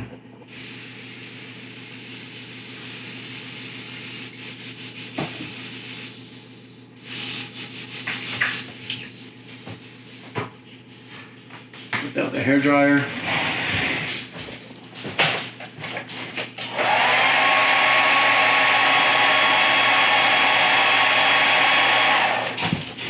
And the news machine is done. I think that's pretty damn convincing. I love it. I wouldn't mind putting this on my shelf actually, but it looks really good. So I'll send some photos to my client. So the only thing I do on Spider-Man is wait for her to tell me which mask to use on Spider-Man to mask that off and spray the black. So hopefully she'll get back to me on that today, because I anticipate that taking a while, just the masking part and touch-ups and all that stuff. So yeah, so there you go. So when, hopefully when I come back, I may not even film doing the black part on Spider-Man. I just need to get this project wrapped up by like end of tomorrow, so I can start on the next project. So hopefully when I come back, maybe the whole thing will be done. Okay, so I'm working on putting on the first mask, Spider-Man or symbiote, whatever mask you want to call it. Putting these on the Cricut again. First time I made it was a little too small, so I went and resized it. I pretty much have this one on. It's tricky because you're trying to get in all these complex curves and everything, and this is a completely flat piece of vinyl. So I made some touch-ups in the end. Hopefully not too many, because touching up white is a bitch, especially on top of black. The hard part is getting it over his abdomen, or of his muscles here. So what I did is, I don't know if you can see it here in camera, is I made little relief cuts so I could push those down into the muscles, and then over here too. And now what I'm going to do is I'm going to take little pieces of normal hobby tape and just kind of fill those little relief cuts in to take care of that. So basically anywhere there's a muscle indentation or just going to get to lay flat, I just put a little relief cut, pretty small, and I just push it down. Crap. And I push it down, and then I just gotta go in there and fill in that little space with some tape. Now the trick is when I put the back one on, lining up these arms of the spider. So I'm gonna have to probably fill in with some tape to do that, which shouldn't be that big of a deal. Luckily, I only do that on one side because the way these arms land is underneath his armpit, so that doesn't have to line up as well. It's just the ones on his right side that I've got to line up. So I'm going to continue working on this. We'll come back after he's all masked. Okay, so we got him all masked off. I'm going to have to go back and do some back masking because I don't have enough white up on the shoulders the way this lays out. I thought I had enough, but it's too late now to unmask this and spray more white. So I'm going to spray the black, let it dry for a while, and then undo this. And I just connected the arms for the front and the back just with some lines here. Hopefully that'll look okay. I think it will, because they do connect, but this particular spider's arms were a little skinny, so I just kind of connected them there. This one goes underneath the arm there, and then looking at photos, they just kind of go up and over and then under the armpit. So that's what I did there. So hopefully this looks okay, because there's no going back. Once this is done, I'm not doing it over. It would be a complete repaint. So yeah, so we'll get this sprayed with black, and then I'll let it dry for a while, and then I'll take the tape off and see how my masking is. Hopefully it's pretty good, so we'll know in a little while. Okay, so I took the masking tape off, and for the most part, we look pretty good. So I'm going to go in and I got to get more white paint up here on these two stripes. I had a couple little spots where it lifted. It'll focus. But like this little top arm needs to go white, and this one. I may try to hand paint it in because I'm going in right now just with my white craft paint and touching up some edges and stuff. So what I wanted to do is show you that when you touch something up, like up here in the head, you don't want to brush it. You want to stipple it, because if you brush it and the colors don't match exactly, it's gonna show up. So this is a different color white than what I painted this in. But I don't want to do it in lacquer, which is what the white is. So, because I want to be able to wipe it off if I screw up. And the lacquer could activate the paint below it. So I'm going to the craft paint. I'm wetting it I'm just putting it in my mouth and wetting it. And dipping it in the paint here a little bit, just the tip. That's what she said. And then I'm just, whenever I see a little something I want to touch up, I just dab it on there real lightly. And it just blends it in much easier. The first thing I did is I went through with my toothpick, and I had some bleed through, which I knew I was going to have, just because of the shapes I was masking, and it wasn't as bad as I thought it was going to be. When I sprayed the black, I try to spray perpendicular to the mask. So if you spray like at an oblique angle, paint will go up underneath it if there's any areas that aren't completely sealed. And I knew I had a bunch of little areas like like I was mentioning before, in the abs where I knew I wasn't getting a really good seal. So I knew I had to go back and do some touch-ups. So this white is a slightly different tone from the first white, but I touch it up and I flat coat it, and you won't be able to tell the difference. When I first put it on, it looks brighter, but it dries down. So this actually looks pretty damn good. Masking's good. The stripes around the arms look okay, I think. I'm not sure if that's exactly how they're supposed to go, but looking at the reference photos, they do connect along the sides. So that's what I did. There's no going back now. It is what it is.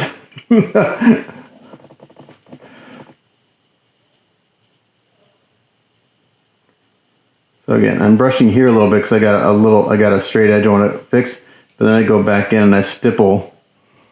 So like right here, there's a little edge I want to straighten up. So I'll brush that edge, but then I go in and back and I stipple around it just to blend it into the previous color. And then you can't even tell that I did that. So that's a trick to blending a touch-up, is you want to stipple it on, you don't want to brush it, unless it's the exact same color paint. Like I said, the white that I sprayed on, this was lacquer, because I wanted a strong coat of paint. I was surprised I had a little bit of lifting. It went right down to the primer, so that means that area wasn't clean 100%. So, and I get pretty nitpicky sometimes when I do this. Probably a little more than I need to.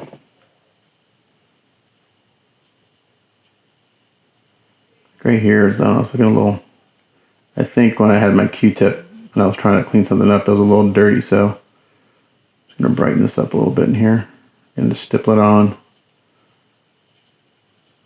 And then that'll dry down, it'll melt in. But now let's see, let's pan it up. So looking pretty good, I think. So I'm going to get this all touched up. I'm going to get him sealed, and he might be done. We'll see. Okay, so for the most part, he's done. I went ahead and sealed them. I try to brush in those the stripes that were missing on the back. I need to mask them, but I need to let this dry overnight. So I'm gonna mask those off and then fix those tomorrow, and then he'll be done. So I'm just gonna call this work in progress done, and then I'll try to take photos of him tomorrow and put those on the back of this. I did buy some papers off of eBay, 1/6 scale newspapers. So those haven't come in yet. I did only order them on, I think, Monday, maybe Tuesday. So I probably won't wait for those to come in to take photos. So I need to get this photographed and ready to go. But he looks really good. I'm happy with him. I got, again, a few little touch-ups. I still got to do on the white, but I wanted to get him sealed and protected. And I got to kind of work on these stripes right here. So I'm just going to mask those off tomorrow and spray some white on there and then do the final touch-ups. But yeah, he's pretty much done. Looks really good. So take this guy off and put this guy on. Just see what it looks like.